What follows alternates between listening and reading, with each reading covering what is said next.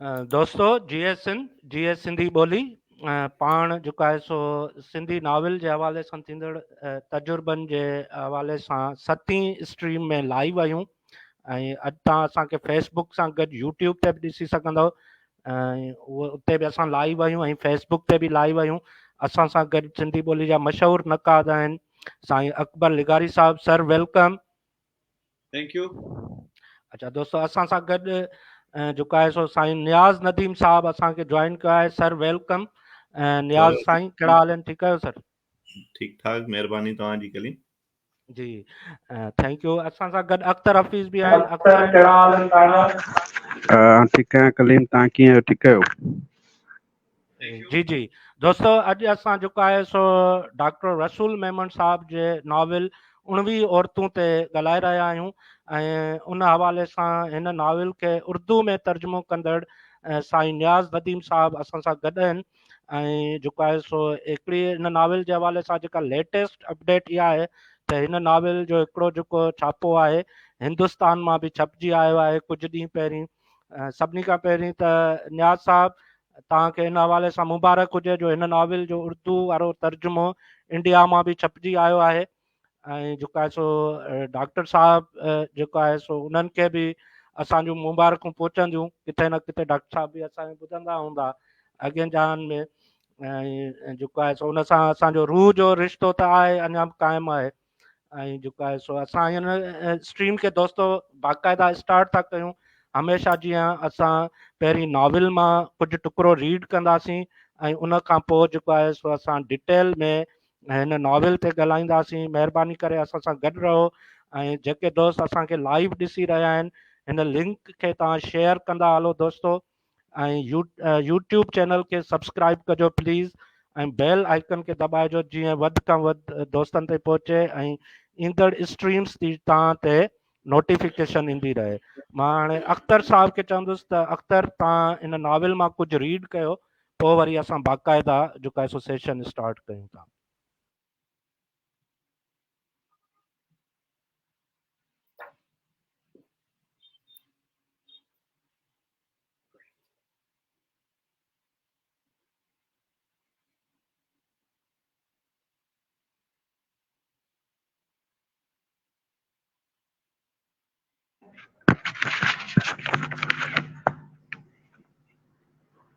हिन नाविल जो आख़िरी बाब आहे जेको उन जो हिकिड़ो टुकड़ो आहे जेको आउं पढ़णु चाहींदुसि। कैदास दरबार में दाख़िल थियो त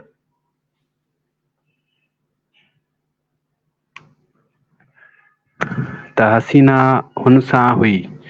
हुन हेठि झुकी सलाम करे अबुल कास जे चोगे खे चुमियो ऐं सिधो थी संदसि कन भर सां ॻाल्हाईंदे चयो, हुज़ूर, मूंसां गॾु आयल औरत उहा आहे जंहिंमां नजूम मुताबिक़ अव्हांखे औलाद अता थींदो ऐं बेरियाना जी विरासत नसीब थींदी। अहिड़ी ॻाल्हि ॿुधी अबुल कास हसीना ॾांहुं हसरत मां निहारण लॻो। हुन जूं अखियूं मुसलसल डांस ॾिसंदियूं रहियूं। संदसि ॿिनि भाइरनि जी दिलि में शक ऐं वसवसा जनम वठण लॻा। इहे कैदास खे अबुल कास सां ॻाल्हाईंदे सोचण लॻा त शायदि इन्हनि ख़िलाफ़ का साज़िश थी रही आहे। हीअ औरत केरु आहे? नंढे भाउ हसीना ॾांहुं इशारो कंदे चयो, हुनखे हिते छो आंदो वियो आहे? हुज़ूर, कैदास चयो, तव्हां ॾिसंदा त हीअ औरत उन्हनि 19 औरतुनि जी विरासत में कीअं थी मददगार साबित थिए। ए ग़ुलाम, नंढे भाउ चयो, असांखे अञा यकीन न पियो अचे त तूं इन्हनि 19 औरतुनि खे विराइण में कामयाब थींदे। कैदास अदब मां कंध झुकाए अर्ज़ु कयो, थोरो इंतज़ारु कयो। जेकॾहिं इन्हनि 19 औरतुनि खे विराइण में कामयाब न थियां त जेका सज़ा सम्झ में अचे ॾिजो। जेकॾहिं कामयाब थियां त इहा ख़ुशकिस्मती हूंदी। शल तव्हां भाइरनि खे बि राज़ी करे बेरियाना खे जंग जी बाहि खां बचाए विझां। त पोइ देर न कर, अबुल कास चयो। इन्हनि औरतुनि खे विराइण जीअं त मुंहिंजे भाइरनि खे यकीन अचे त ही दिलि हुननि जी दिलि हिन ॾांहुं साफ़ आहे। कैदास दरबार में सभिनी ते नज़र फेराई। हुन उन्हनि 19 औरतुनि खे ॾिठो जिन में संदसि महबूबा हारासनी बि शामिल हुई। इहा प्यार ऐं हसरत मां खेसि निहारे रही हुई। पोइ हुन हसीना ॾांहुं ॾिठो जेका संदसि इशारे जी मुंतज़िर हुई। दरबार में सभु कैदास ॾांहुं तजसुस मां निहारे रहिया हुआ, जंहिंखें यकीन न पिए आयो त इहो ग़ुलाम ईअं करण में कामयाबु थींदो।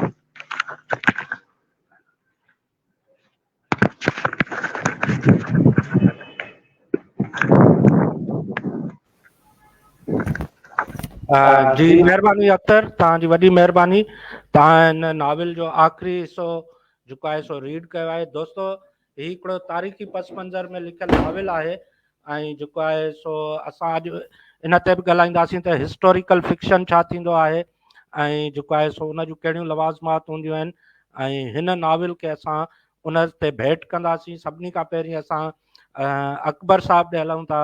अकबर साहब, अव्हांजा हिन नॉविल जे हवाले सां इनिशियल कमेंट्स, हिन जे किरदार जे हवाले सां, मौज़ू जे हवाले सां, पोइ वरी असां डिटेल में डिस्कस कंदासीं त तारीख़ी नॉविल छा थींदो आहे।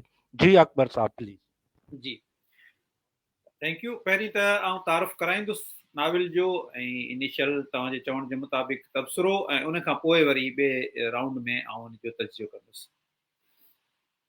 त ही नाविल जो पस मंज़र या बैकड्रॉप जेको आहे तारीख़ जे उन दौर में आहे जंहिं वक़्त में अरबन सिंध ते हमिलो कयो हो ऐं सिंध जो हिकु हिसो यानी देबुल वारो हिसो ते कब्ज़ो थी चुको हो अरबन जो, ऐं अञा अरोड़ रहियल हो ऐं नीरोन कोट बि रहियल हो। उहो नीरोन कोट वारो ज़मानो जेको हो ही उन दौर जी हिकिड़ी कहाणी आहे। ही असल में हिकु प्यार कहाणी चइजे त बि ठीकु आहे, जो उन्हनि ॾींहंनि में हिकिड़ो को ग्रुप हो हिन जो छा चवंदा आहिनि सर्कस में कमु करण वारा या ॻोठनि में जेके करतब ॾेखारींदा आहिनि, उन में को छोकिरो ऐं छोकिरी हुआ जिन जी पाण में मोहबत हुई, ऐं उहे निरोन कोट ते जॾहिं हमिलो थिए थो त उन में उन्हनि खे ग़ुलाम बनायो वञे थो। ग़ुलाम बनाइण में जेको मंदरु हो, जेको हिन जो बुद्धिस्ट जेको मंदरु हो, उन मंदर मां जेके दासियूं हुयूं, 19 दासियूं, 19 औरतूं, उहे उन्हनि खे कब्ज़ो कयो, मतिलबु आहे उन्हनि खे ईअं खणी चइजे त ग़ुलाम बनायो वञे थो। ऐं उन में जेके मर्द हुआ उन्हनि में ही छोकिरो जंहिंजो नालो आहे कहीदास, ऐं जेका छोकिरी मेन किरदार जंहिंजे नाले जे पोयां हू छोकिरो आशिक आहे, उनजो को ख़ासि किरदारु कोन्हे, उहो हिकिड़ो ख़ामोश किरदारु आहे, उनजो नालो आहे हारांसी।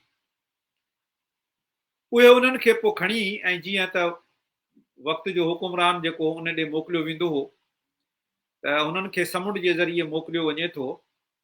हाणे इते हुन लेखक जेको आहे उहे तारीख़ी वाक़िअनि खे ॿिनि हिसनि में विरायो आहे। हिकिड़ियूं शयूं उहे जेके हक़ीक़ी आहिनि, जेके सिंध सां तालुक़ु रखंदड़ तारीख़ी हक़ीक़तूं आहिनि, उहे हुन हक़ीक़ी ॿुधायूं आहिनि। पर जेके अरबन सां तालुक़ु रखंदड़ जेके वाक़िआ आहिनि उहे हुन फर्ज़ी ॿुधाया आहिनि। उते नाला बि फर्ज़ी आहिनि, शहर बि फर्ज़ी आहिनि, ऐं तारीख़ जो जेको सिटाव आहे उहो बि फर्ज़ी आहे। त उन्हनि खे मोकिलियो वञे थो त भई जेको ख़लीफ़ो आहे वक़्त जो उन ॾांहुं मोकिलियो वञे थो। हालांकि उन वक़्त जो जेको ख़लीफ़ो हो उहो त उमवी ख़लीफ़ो हो ऐं उहो शाम में वेहंदो हो, पर हुनखे उन ख़लीफ़े जे बजाय उनखे बादशाह ॼाणायो आहे, ऐं जेके सुल्तान हूंदा हुआ ख़लीफ़नि जा नंढा नंढा जेके हुकुमरान हूंदा हुआ उन्हनि खे सुल्तान या हुकुमरान चयो वेंदो हो, त उन्हनि खे वरी उन ख़लीफ़ो ॼाणायो आहे जेको बगदाद में वेहंदो। ऐं उन्हनि जो वरी हिकु ज़ैली ईअं खणी चइजे त नंढी हुकूमत हुई या हुकूमत जो हिकिड़ो हिसो हो, उहो तख़युलाती आहे बहरबानिया।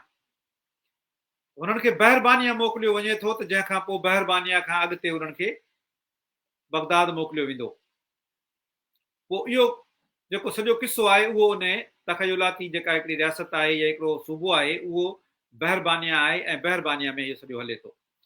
बहरबानिया ते जेको ख़लीफ़ो आहे उन जा 3 पुट आहिनि ऐं ख़लीफ़ो पाण बीमार आहे ऐं कंहिं तरीक़े सां ही ग़ुलाम जेको आहे उनखे उनजी दरबार में पेश कजे थो ऐं ग़ुलाम मैनेज करे थो, चवे थो त आऊं वॾो हकीम आहियां ऐं ज्योतिषी आहियां।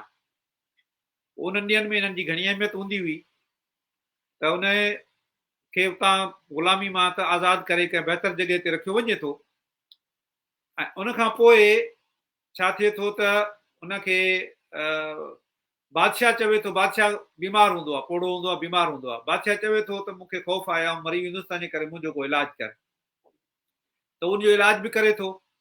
उन बादशाह जा 3 पुट हूंदा आहिनि, उन्हनि में पाण में राइवलरी हूंदी आहे। वॾो पुटु जेको आहे अबुल कास, उहो उन में उनखे बि हिकिड़ी बीमारी हूंदी आहे, उहो नामर्द हूंदो आहे ऐं उनखे इहो आहे त मुंहिंजो इलाजु थी वञे त आउं जीअं त वली अहद आहियां, सुभाणे बादशाह थींदुसि, मुंहिंजो बि हुजे वली अहद हुजे, जे न त मूंखे हुकूमत कोन मिलंदी। उहे 2 ॼणा हिन खे इलाज जे लाइ चवनि था त हाणे असांजो इलाजु कर। किसो मुख़्तसिर त हू उन्हनि खे चवे थो त जड़ी बूटियूं खपनि जेके किथे मिलनि नथियूं ऐं आउं सिंध वञा उतां जड़ी बूटियूं खणी अचां। पोइ उन वक़्त में जेके अरबन जा मुखालिफ़ हुआ, अलाफी जंहिंखे कहाणीकार अलाकी करे लिखियो आहे, त उन्हनि खे हवाले कयो वञे थो त इन ते नज़र बि रखो त किथे फरार न थी वञे। किसा मुख़्तसिर हू सिंध अचे थो ऐं सिंध में हालतूं तब्दील थी वञनि थियूं, अरोड़ पहुचे थो, अरोड़ ते बि हमिलो थिए थो अरबन जो ऐं उन सूरत हाल में ही वरी क़ैदखाने में हलियो वञे थो ऐं क़ैदखाने में हुनजी हिकिड़ी मुलाक़ात हिकिड़ी औरत सां थिए थी, हसीना, जेका चवे थी त आउं उहा औरत आहियां जेका गुराब में वञी रही हुअसि ऐं पहिरीं कज़ाकनि हमिलो कयो ऐं मूंखे हिते पहुचायो राजा ॾाहर वटि। पोइ मूं राजा ॾाहर मूंसां हमबिस्तरी कई आहे ऐं हाणे आउं हिते अरोड़ में क़ैद आहियां। पोइ हू हुनखे चए थो त आउं असुल बहरबानिया जी आहियां। पोइ हुनखे चवे थो त आउं तोखे बहरबानिया पहुचाईंदुसि, तूं मुंहिंजी मदद कर, आउं तुंहिंजी मदद कयां थो। पोइ 2 हिक ॿिए जी मदद कनि था ऐं वापसि उहे कंहिं तरीक़े सां वरी बहरबानिया पहुचनि था ऐं बहरबानिया जॾहिं पहुचनि था उते जेके 19 औरतूं हुयूं उन्हनि खे ॾिसी हू ललचाईंदा आहिनि पिया। उनजा जेके 3 पुट आहिनि, पीउ मरी चुको हूंदो आहे बादशाह, ऐं उन खां पोइ उहो जेको वॾो पुटु आहे उहो तख़्त ते वेही चुको हूंदो आहे ऐं भाउरनि में चपकलिश हूंदी आहे। उन चपकलिश खे हथी ॾियण जे लाइ बगदाद जो जेको ख़लीफ़ो हूंदो आहे या बगदाद जो हुकुमरान, उहो हिकिड़ी सियासी खेॾ खेॾंदो आहे ऐं हुनखे चवंदो आहे त इहे 19 औरतूं जेके आहिनि उहे अहिड़े तरीक़े सां 3 भाउर विराए खणो जो वॾे भाउर खे अधु औरतूं मिलनि, ॿिए नंबर भाउ खे 4थों हिसो मिलनि ऐं 3 नंबर भाउ खे 5 हिसो मिलनि। मैथमेटिक्स जे हिसाब सां इहो विराइण नामुमकिन आहे इंसान खे, तंहिंजे करे इन ट्रिक ते हू पाण में भाउर विड़ी पवंदा ऐं हुकुम आहे त फार्मूलो इहो ई हुजे, ॿियो फार्मूलो न हुजे, जंहिं ते वाकई भाउर पाण में विड़ी पवनि था ऐं भाउरनि में रिफ्ट पवे थी ऐं भाउर जंग बि कनि था हिक ॿिए सां। पोइ ही वरी हुननि खे चवे थो त मां तव्हांजो सुलह करायां थो ऐं इहो औरतूं जेके आहिनि उन्हनि खे विराए बि ॾियां थो। हिन जो मक़सदु सिर्फ़ु इहो हूंदो आहे त पंहिंजी महबूबा जेका आहे हारांसी उनखे उन्हनि जी क़ैद मां आज़ादी ॾियारे। पोइ हिकिड़ो मैथमेटिक्स जो फार्मूलो आहे जेको उहो अप्लाई करे थो हुन ते, उहो इहो आहे त जेका हसीना वठी ईंदो आहे उहा जॾहिं 19 में विझंदो आहे त 20 थी वेंदियूं आहिनि, 20 मां 10 ॾींदो आहे वॾे भाउ खे, 5 ॾींदो आहे ॿिए नंबर भाउ खे ऐं 4 ॾींदो आहे 3 नंबर भाउ खे, त इहे 19 पूरियूं थी वेंदियूं आहिनि ऐं ईअं करे 19 औरतूं ॾेई ऐं हारांसी उन मां कढी वठंदो आहे। ऐं उन खां पोइ आख़िर में हुन जो हिकिड़ो पंच बि आहे त उहो हुनखे चवंदो आहे अबुल कास खे त हिन मां ज्योतिष जे ज़रिए मूंखे मालूम थियो आहे त हिन हसीना जेका आहे इन औरत मां तोखे वली अहद ॼमंदो। त हू इन ते ख़ुशि थी वेंदो आहे ऐं उहो हिन सां जहिड़ो साज़िश में शरीक थी वेंदो आहे अबुल कास। पोइ कुझु वक़्त खां पोइ उनखे वाकई हिकिड़ो पुटु ॼमंदो आहे जंहिंजी शिकिल राजा ॾाहर जहिड़ी हूंदी आहे। हाणे इहो आहे नाविल जो तारुफ़, कहाणी जो तारुफ़। हितां खां पोइ हुनखे आज़ादी मिले थी ऐं पंहिंजी महबूबा खे वठी वापसि सिंध अचे थो। सिंध अचे थो या नथो अचे, पर बहरहाल महिरबानी खां निकिरे थो, छो सिंध ते कब्ज़ो थी चुको। सो इहो आहे नाविल जो इनिशियल तारुफ़। इन में कहिड़ियूं शयूं आहिनि जेके बहितर शयूं आहिनि, उहे उन्हनि में त ॿोली सुठी आहे, रीडिंग प्लेयर आहे, डिक्शन तमामु सुठो आहे, ऐं छा चइजे त हुक बि आहे, माण्हू पढ़े थो त पोइ छॾे नथो सघे ऐं पढ़ंदो ई वञे थो, वञी इख़्तिताम ते पहुचे थो। रीडिंग प्लेयर ज़रूरु आहे, पर बाक़ी जेके ॿियूं नाविल जूं घुरिजूं आहिनि, नाविल आहे या नाविलेट आहे या नाविल जूं ॿियूं घुरिजूं आहिनि, उहे लेखक केतिरियूं पूरियूं कयूं आहिनि, उन ते वरी आउं पंहिंजे तजिए में ॻाल्हाईंदुसि। Thank U.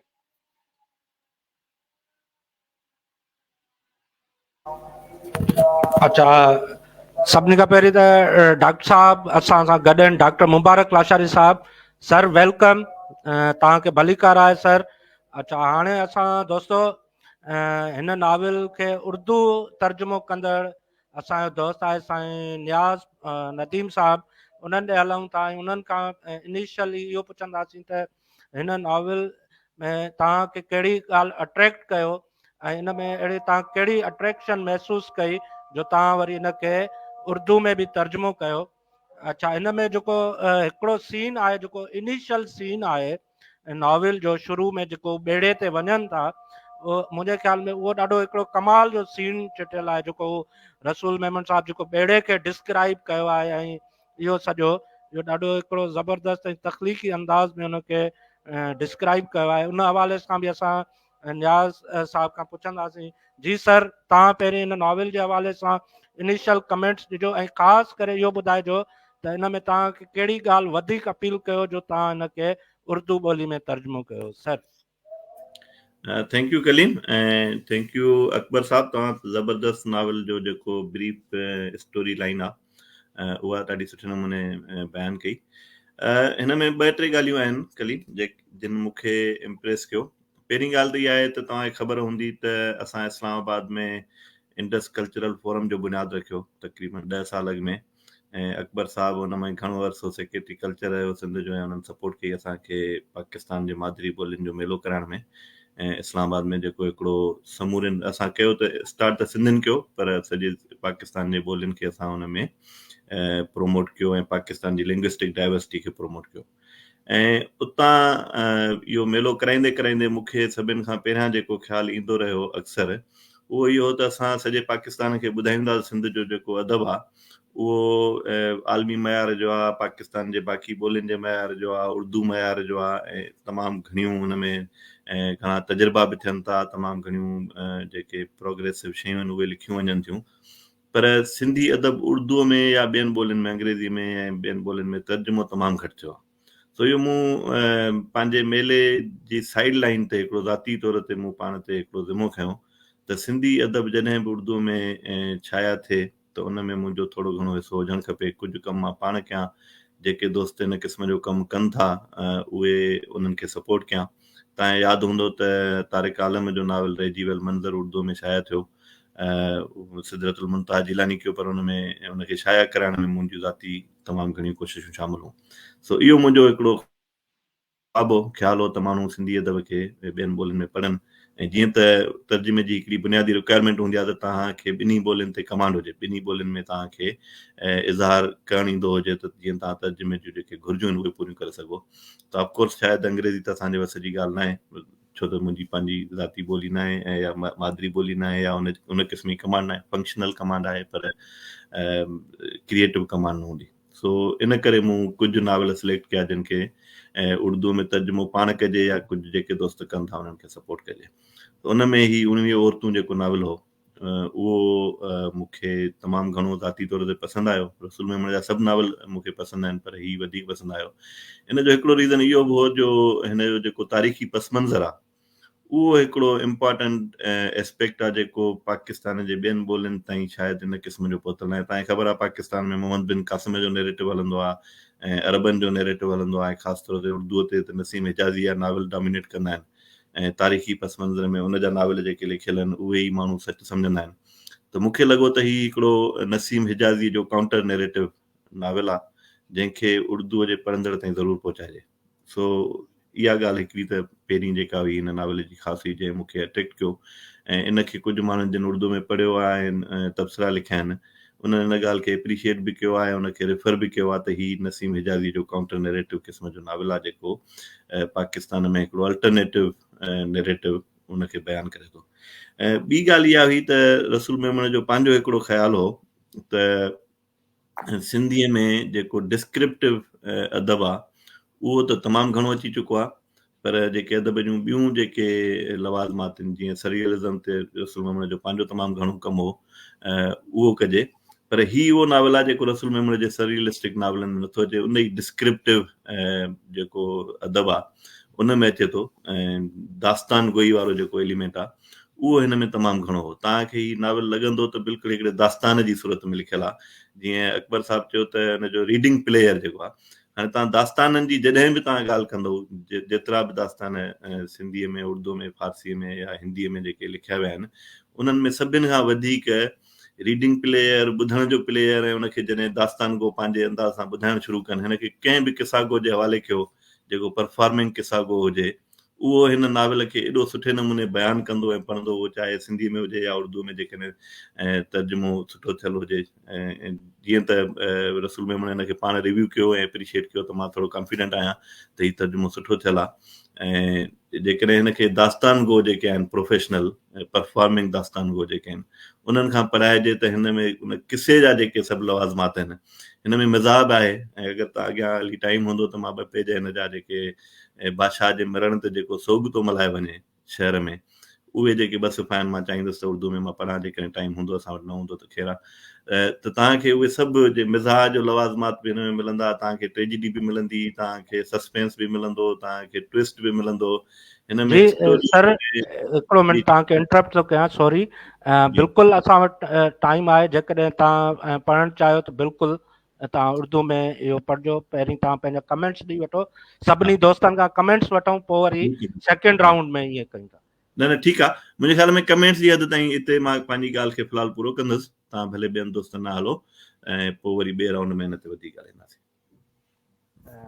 जी थैंक यू नियाज़ साहब। अच्छा दोस्तो, हिन नावल में तव्हांखे काफ़ी शयूं मिलंदियूं, जेको हिन में हिकिड़ो त नियाज़ साहब ॿुधायो त जेको बादशाह मरी थो वञे उहो जेको वाक़ियो आहे उहो ॾाढो ज़बरदस्त लिखियलु आहे। ॿियो हिन में हिकिड़ो जेको आहे सो सिपाहियुनि जो बॉन फायर ते जेको आहे सो किसा ॿुधाइण वारो जेको उहो मूंखे ॾाढो ज़बरदस्त लॻो। जीअं अलिफ लैला ई दास्तान जीअं थींदा आहिनि, बॉन फायर ते बाहि ॿारे ऐं पोइ वरी किसा गोई करणु, त उहो बि उन में ॾाढो, ऐं उन में इहो किरदारु पाण बि उते पहुचे थो, जेको मेन किरदारु आहे हिन जो, उहो शायदि कंहिं सफ़र ते निकिरे थो। हाणे असां इन हवाले सां डॉक्टर मुबारक साहब ॾे हलूं था। डॉक्टर साहब सिंध यूनिवर्सिटी में इंग्लिश जा प्रोफेसर आहिनि ऐं असांजा तमामु बहितरीनु नक़ाद आहिनि। डॉक्टर साहब हिन नावल जे हवाले सां तव्हां पंहिंजा इनिशियल कमेंट्स ॾिजो, पोइ वरी असांखे थोरो ॿुधाइजो त हिस्टोरिकल फिक्शन उहो छा थींदो आहे ऐं उन में नैरेटिव कीअं डेवलप कबो आहे। प्लीज़ इन्हनि शयुनि ते रोशनी विझो। डॉक्टर साहब, डॉक्टर मुबारक लाशारी साहब। अदा कलीम साहब, तव्हांजी तमामु घणी महिरबानी। अकबर साहब ऐं नियाज़ नदीम साहब पंहिंजो सुठो तबसरो करे विया आहिनि ऐं उन्हनि अकबर साहब सॼी स्टोरी तक़रीबन ॿुधाए छॾी आहे। 19 औरतूं नाविल रसूल मेमन जो हिकिड़ो बहितरीनु नाविल आहे ऐं जंहिंजे पढ़ण सां असांखे महसूसु थिए थो पियो त हिकिड़ो, जीअं नियाज़ नदीम साहब चयो त काउंटर नैरेटिव असां वटि सिंधी में एतिरो कोन हुयो त असां नसीम हिजाज़ी कहिड़े नमूने सां काउंटर करे सघूं। ॿियो असां वटि हिन में जेके 2 शयूं आहिनि, हिकु त माना इमेजिनेटिव फिक्शन जेको हिस्टोरिकल हवाले सां हूंदो आहे, ऐं ॿियो जेको हिन नावल में आहे उहो आहे त प्लॉट बेस्ड नावल ऐं कैरेक्टर बेस्ड नावल। हिकिड़ा नावल अहिड़ा हूंदा आहिनि जेके कैरेक्टर बेस्ड नावल हूंदा आहिनि, माण्हुनि जो सस्पेंस सॼो कैरेक्टर में हूंदो आहे, कैरेक्टर सां छा थो थिए। पर हिकिड़ा नावल अहिड़ा हूंदा आहिनि जेके प्लॉट बेस्ड हूंदा आहिनि, प्लॉट जे लाइ माण्हू मुंतज़िर हूंदा आहिनि त हिन नावल जे वाक्यनि जी एंडिंग कीअं थिए थी पई। पर हिन नावल में शुरूआति ईअं थिए थी पई ॼण लॻे थो कैरेक्टर बेस आहे। कईदास जी सॼी कहाणी स्टार्ट थिए थी कैरेक्टर जे हवाले सां, कईदास छा थो करे। ऐं जीअं पंहिंजे पारां में बि रसूल मेमण लिखियो आहे त मुंहिंजो तारीख़ी वाक्यनि सां, राजा डायर सां या कंहिं ॿिए सां को बि वास्तो कोन्हे, मूंखे कंहिंखे बि जस्टिफाई करिणो कोन्हे, न अरबन खे न सिंधियुनि खे, पर मुंहिंजो सिर्फ़ु कमु आहे हिकिड़ी स्टोरी ॿुधाइणु, प्यार जी कहाणी आहे। पस मंज़र में उनखे जेको कुझु चवणो हो रसूल मेमन तमामु सुठे नमूने चई वियो आहे, असांखे हिकिड़ो मुतबादिल नैरेटिव बि ॾेई वियो आहे। हाणे अॻिते हली करे जंहिं महिल ॻाल्हि बगदाद वारे बादशाह ते पहुचे थी पई ऐं बगदाद जे बादशाह खे सलाहकार जंहिं महिल इहा सलाह ॾिए थो त तव्हांखे हिकिड़ो तरीक़ो आहे, तव्हां टिनि भाइरनि खे विड़ाए करे बहिरबानिया ते कब्ज़ो करे सघो था, छो जो उहे इलाइक़नि जी यानी इलाफ़नि जी मदद कंदा हुया अरबनि जे ख़िलाफ़। सो अरब पंहिंजो बदिलो वठण जे लाइ पोइ उहो कंदा आहिनि त उणिवीह औरतुनि खे उते ई रखंदा आहिनि, चवंदा आहिनि त इहे पाण में अहिड़े नमूने सां विरायो त जीअं उन्हनि जी पाण में जंग थी पवे ऐं टई भाइर पाण में विड़ी पवनि। ऐं डेफिनेटली उहे राइवल हूंदा आहिनि ऐं इहा अंदरूनी तौर ते उन्हनि बादशाहनि खे अरबनि खे सॼी ख़बर हूंदी आहे। उतां खां पोइ सॼी कहाणी जेका आहे कैरेक्टर बेस खां फिरी प्लाट बेस कहाणी थी पवे ऐं अॻिते हली करे जंहिं महिल एंडिंग थिए थी पई त पोइ ॿई अंसर उनमें मिली था वञनि। यानी हिकिड़ो तजसुस हूंदो आहे त यानी पढ़ंदड़ खे महसूसु थींदो आहे त इहो कहिड़ो तरीक़ो आहे जो 19 औरतुनि खे अहिड़े नमूने सां विराइजे जो वॾे भाउ खे अधु अचे ऐं ॿिए नंबर भाउ खे विचे भाउ खे 5 हिसो अचे ऐं चोथों हिसो ऐं ॿिए खे 5 हिसो अचे। कहिड़े नमूने सां विराइजे थो पियो त माण्हू उन प्लाट जी उन उणत ते माण्हू थोरो सस्पेंस में अची वेंदो त हाणे इहो कीअं थींदो।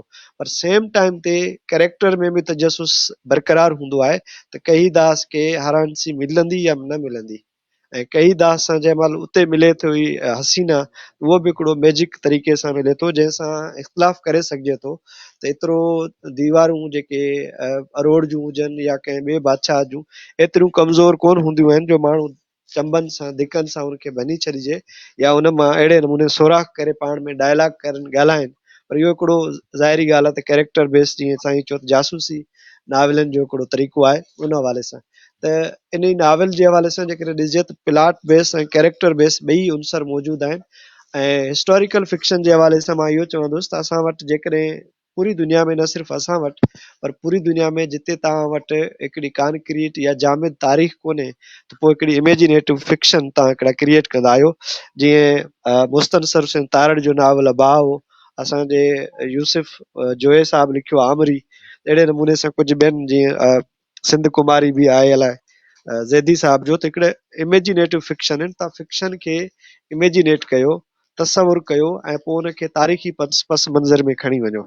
जीअं अकबर साहब हिन में तर्जुमो कयो त ॿ शयूं आहिनि जेके हिकिड़ो अरब जा वाक़िया जेके रियल में आहिनि ऐं ॿिया जेको हिकिड़ो फैंटेसी या हिकिड़ी फिक्शन आहे जेको कही दास जी कहाणी आहे उनखे क्रिएट कयो वियो आहे। हाणे इन में उहे ॿई शयूं आहिनि त तारीख़ी फिक्शन ते असां ईअं कोन था अची सघूं जो हिकिड़ो बिल्कुलु तारीख़ी आहे जीअं सिराज जा नाविल आहिनि, पर हीउ हुनजो थोरो उबतड़ आहे। हिन जी भली ॻाल्हि इहा आहे त हिन जो जेको नैरेटिव आहे उहो बिल्कुलु नओं आहे ऐं नैरेटिव में जेके किरदार माण्हुनि जे ज़हन में हिकिड़ा या त हीरो आहे या विलियन आहिनि उहे सभु मिक्स थियल आहिनि। न अरबन खे सफ़ा सपोर्ट कयो वियो आहे, न राजा ॾाहिर खे अहिड़ो नमूने फ़रिश्ता सिफ़त पेश कयो वियो आहे, छो जो राजा ॾाहिर उनजी छोकिरी औरत सां हसीना सां हम बिस्तरी करे चुको हूंदो आहे, उहा शइ बि हुन में मौजूदु आहे। त यानी तव्हांखे हिन में मिक्स शयूं मिलंदियूं, हिस्ट्री बि मिलंदी ऐं हिस्ट्री सां जेको जज़्बाती लॻाव रखंदड़ माण्हू आहिनि उन्हनि जो फेवर बि मिलंदो, पर उन्हनि जे काउंटर नैरेटिव तौर ते हिकिड़ी शइ बि मिलंदी। पर सेम टाइम ते सिंध जी मां सम्झां थो सिंध जी जेका असल तारीख़ आहे या जेको असल जोहर आहे, भली तारीख़ ईअं न हुजे पर सिंध धरती जी जेका ख़मीर जी असल जोहर आहे उनखे कंहिं न कंहिं नमूने मथे आणण जी हिकिड़ी कोशिशि कई वई आहे। त बाक़ी तफ़सील ते शयुनि ॾे वाक्यनि ॾे बाद में हलंदासीं।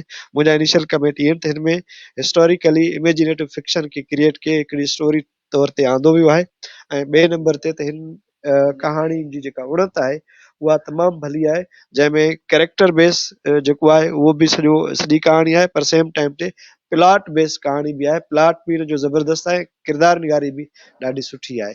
अॻिते हली करे पोइ तफ़सील सां ॻाल्हाईंदासीं, बाक़ी दोस्त वरी ॻाल्हाए वठनि। जी थैंक यू डॉक्टर साहब तव्हांजा इनिशियल कमेंट्स लाइ।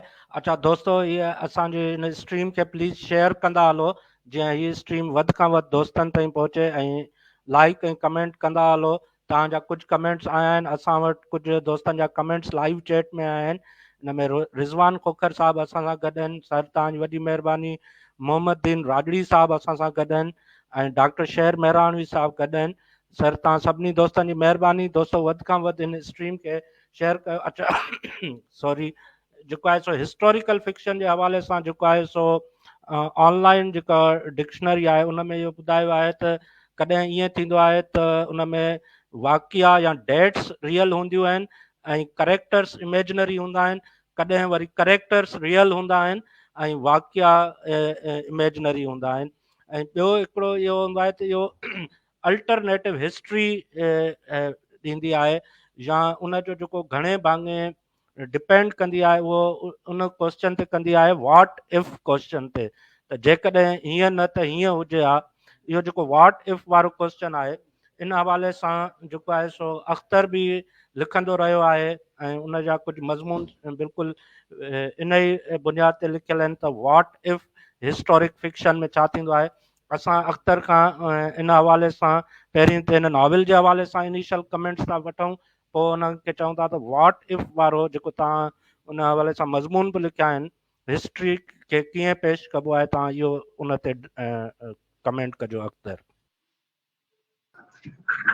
महिरबानी कलीम, ख़्याल में सभई दोस्त सुठो ॻाल्हायो आहे।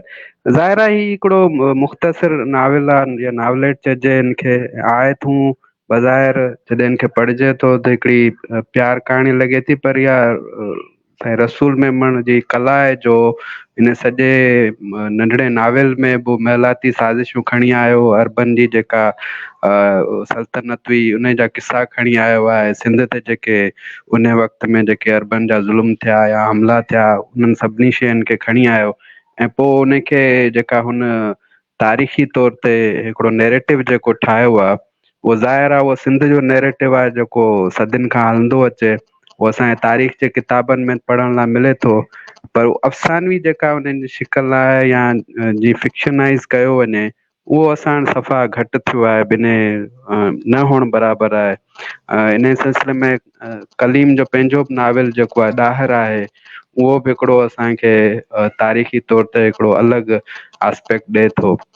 त आउं सम्झां थो हिन नाविल में जेको किथे किथे असांखे जॾहिं असीं पढ़णु शुरू करियूं था त हुननि 19 औरतुनि जी जेका विर्छ जी ॻाल्हि अचे थी या जेका हुननि जी विरासत कीअं थींदी, उन जो जेको फार्मूलो आहे उहो नामुमकिन लॻे थो। पर कईदास उनखे जॾहिं उनमें हिकिड़ी ॿी औरत शामिलु करे तो पोइ उहा शइ जेका सा मुमकिन थियणु लॻे थी। अहिड़ी रीति हू वॾी चालाकी सां पंहिंजी महबूबा खे बचाए वठंदो आहे ऐं हसीना खे बि हुननि हाकिमनि जे हवाले करे वेंदो आहे, जेका राजा ॾाहिर जे पुट जी पोइ अॻियां हली मां थिए थी। तारीख़ में हू चयो वेंदो आहे त जॾहिं तारीख़ लिखिजे थी त उन में तारीख़ी तौर ते जेके हवाला हूंदा आहिनि या उनमें जेका असीं पढ़ूं था त उन में रुॻो तारीख़ूं ई सचियूं हूंदियूं आहिनि, बाक़ी ॿियो सभु कूड़ हूंदो आहे। पर फिक्शन में वरी ईअं लाइ चयो वञे थो त उन में रुॻो तारीख़ूं ऐं ॾींहं जेकॾहिं चइजनि त उहे ग़लति आहिनि, बाक़ी ॿियो सभु कुझु सच हूंदो आहे। ज़ाहिर आहे जॾहिं हिकिड़ो नाविल निगार या जेको फिक्शन जो माण्हू आहे उहे शयूं ॾिसे थो ऐं उन्हनि खे जॾहिं उहो उनमें अफ़सानवी रंग में विझे थो त उनमें खोड़ सारियूं शयूं आहिनि उहे उनखे शामिलु करणियूं पवंदियूं आहिनि। पोइ रसूल मेमन साहिबु ज़ाहिर आहे उहो उनमें किसे बयान करण जो त बादशाह हूंदो, ऐं हीउ सॼो नाविल बि जॾहिं पढ़िजे थो त उनजी जेका नरेशन आहे उहा असांखे वणंदड़ लॻे थी ऐं उनमें किथे बि ईअं महसूसु नथो थिए त को नाविल माण्हू अध में छॾे ॾे। ॿियो तव्हां ॻाल्हि कई मुतबादिल तारीख़ जी, त हींअर त दुनिया में जेको वाटिफ़ वारो जेको सुवालु आहे या मुतबादिल जेका तारीख़ फिक्शन में कीअं लिखिजे उन ते तमामु घणो कम बि थी रहियो आहे, उन ते तमामु घणा नाविल बि अची चुका आहिनि। मिसाल तौरु जेकॾहिं अॼु तव्हां या को बि दोस्त नाविल लिखणु चाहे, अॼोके हिन दौर में 2023 में जेकॾहिं राजा ॾाहिर जीअरो हुजे हा त इहो सवाल खणी नाविल लिखी सघिजे थो। पोइ उन जी उहा मुतबादिल तारीख़ कीअं हूंदी, उनमें वाक़िया कीअं बयानु कया वेंदा, उनजी नरेशन कीअं हूंदी, उनमें कहिड़ियूं कहिड़ियूं शयूं शामिलु हूंदियूं, उनजी सेटिंग जेका सा कीअं रखी वेंदी, इहे सभु जेके बि सवाल हूंदा उहो हिकु नाविल निगार उन में ॼाणाए सघे थो ऐं उहो पंहिंजी कहाणी जी उणत जेको आहे इन्हनि समूरनि अंसरनि जे चौधारी जेका आहे उहो करे सघे थो। पोइ उन में इहे शयूं थींदियूं आहिनि त असीं फिक्शन जी सूरत में हिकिड़ी नई ॻाल्हि का पेश करे सघूं था, जेको असां वटि सदियुनि खां या सालुनि खां ॾहाकनि खां हिकिड़ो घसियल पिटियल नैरेटिव जेको हिन रियासत में हले थो, उन जे रद में हिकिड़ो नओं नैरेटिव बयानु करे सघिजे थो। त तारीख़ जेका तव्हां असांखे पढ़ाईंदा रहिया आहियो उहा असल में हीअं न पर हीअं आहे, ऐं उहा केतिरी हक़ीक़ी आहे इन जो फ़ैसिलो त पोइ अॻियां वक़्तु हली कंदो आहे। त आउं सम्झां थो इहे ई शयूं आहिनि जॾहिं उहे हिकिड़ा तारीख़ी हक़ीक़ी वाक़िया आहिनि जॾहिं फिक्शन जी सूरत में अचनि था त उहे वधीक वणंदड़ लॻनि था, छाकाणि जो उहे उन अहिड़े हिकिड़े अंदाज़ में पेश कया वञनि था जो हर माण्हू खे पढ़ण महिल मज़ो ईंदो आहे। महिरबानी अख्तर। सर अकबर साहब, पहिरीं इजाज़त हुजे त असां साईं नदीम न्याज़ नदीम साहब वटि हलूं ऐं उन्हनि खां उहे जेको उहे पेजिस पढ़णु पिया चाहिनि उर्दू जा, उहे रीड कराए वठूं, पोइ वरी sir Niyaz Nadeem Sahib please तव्हां उहे रीड कजो, जेको तव्हां चयो पिए उर्दू जा तव्हां रीड करणु चाहियो था, तव्हां रीड कयो, पोइ वरी असां हिनखे अॻियां वधायूं था। सर जी Kaleem, thank you very much. ही ॿ पेज आहिनि जेके बादशाह जे मरण ते 40 ॾींहंनि जो सोग जो ऐलान थो थिए, उन ते जेको मूं तर्जुमो कयो आहे उहे तव्हांखे पढ़ी थो ॿुधायां। बहरबानिया में खलीफे की वफात के बाद 40 दिन सोग का ऐलान किया गया था। हुक्मनामा जारी करके शहर के मैखाने बंद कराए गए।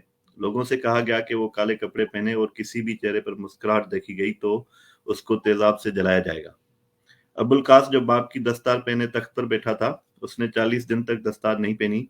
शहर में हर शख्स उदास घूम रहा था, किसी के चेहरे पर मुस्कुराहट नहीं थी, कारोबार बंद थे, जिसकी वजह से भूख ने शहर में घर कर लिया था।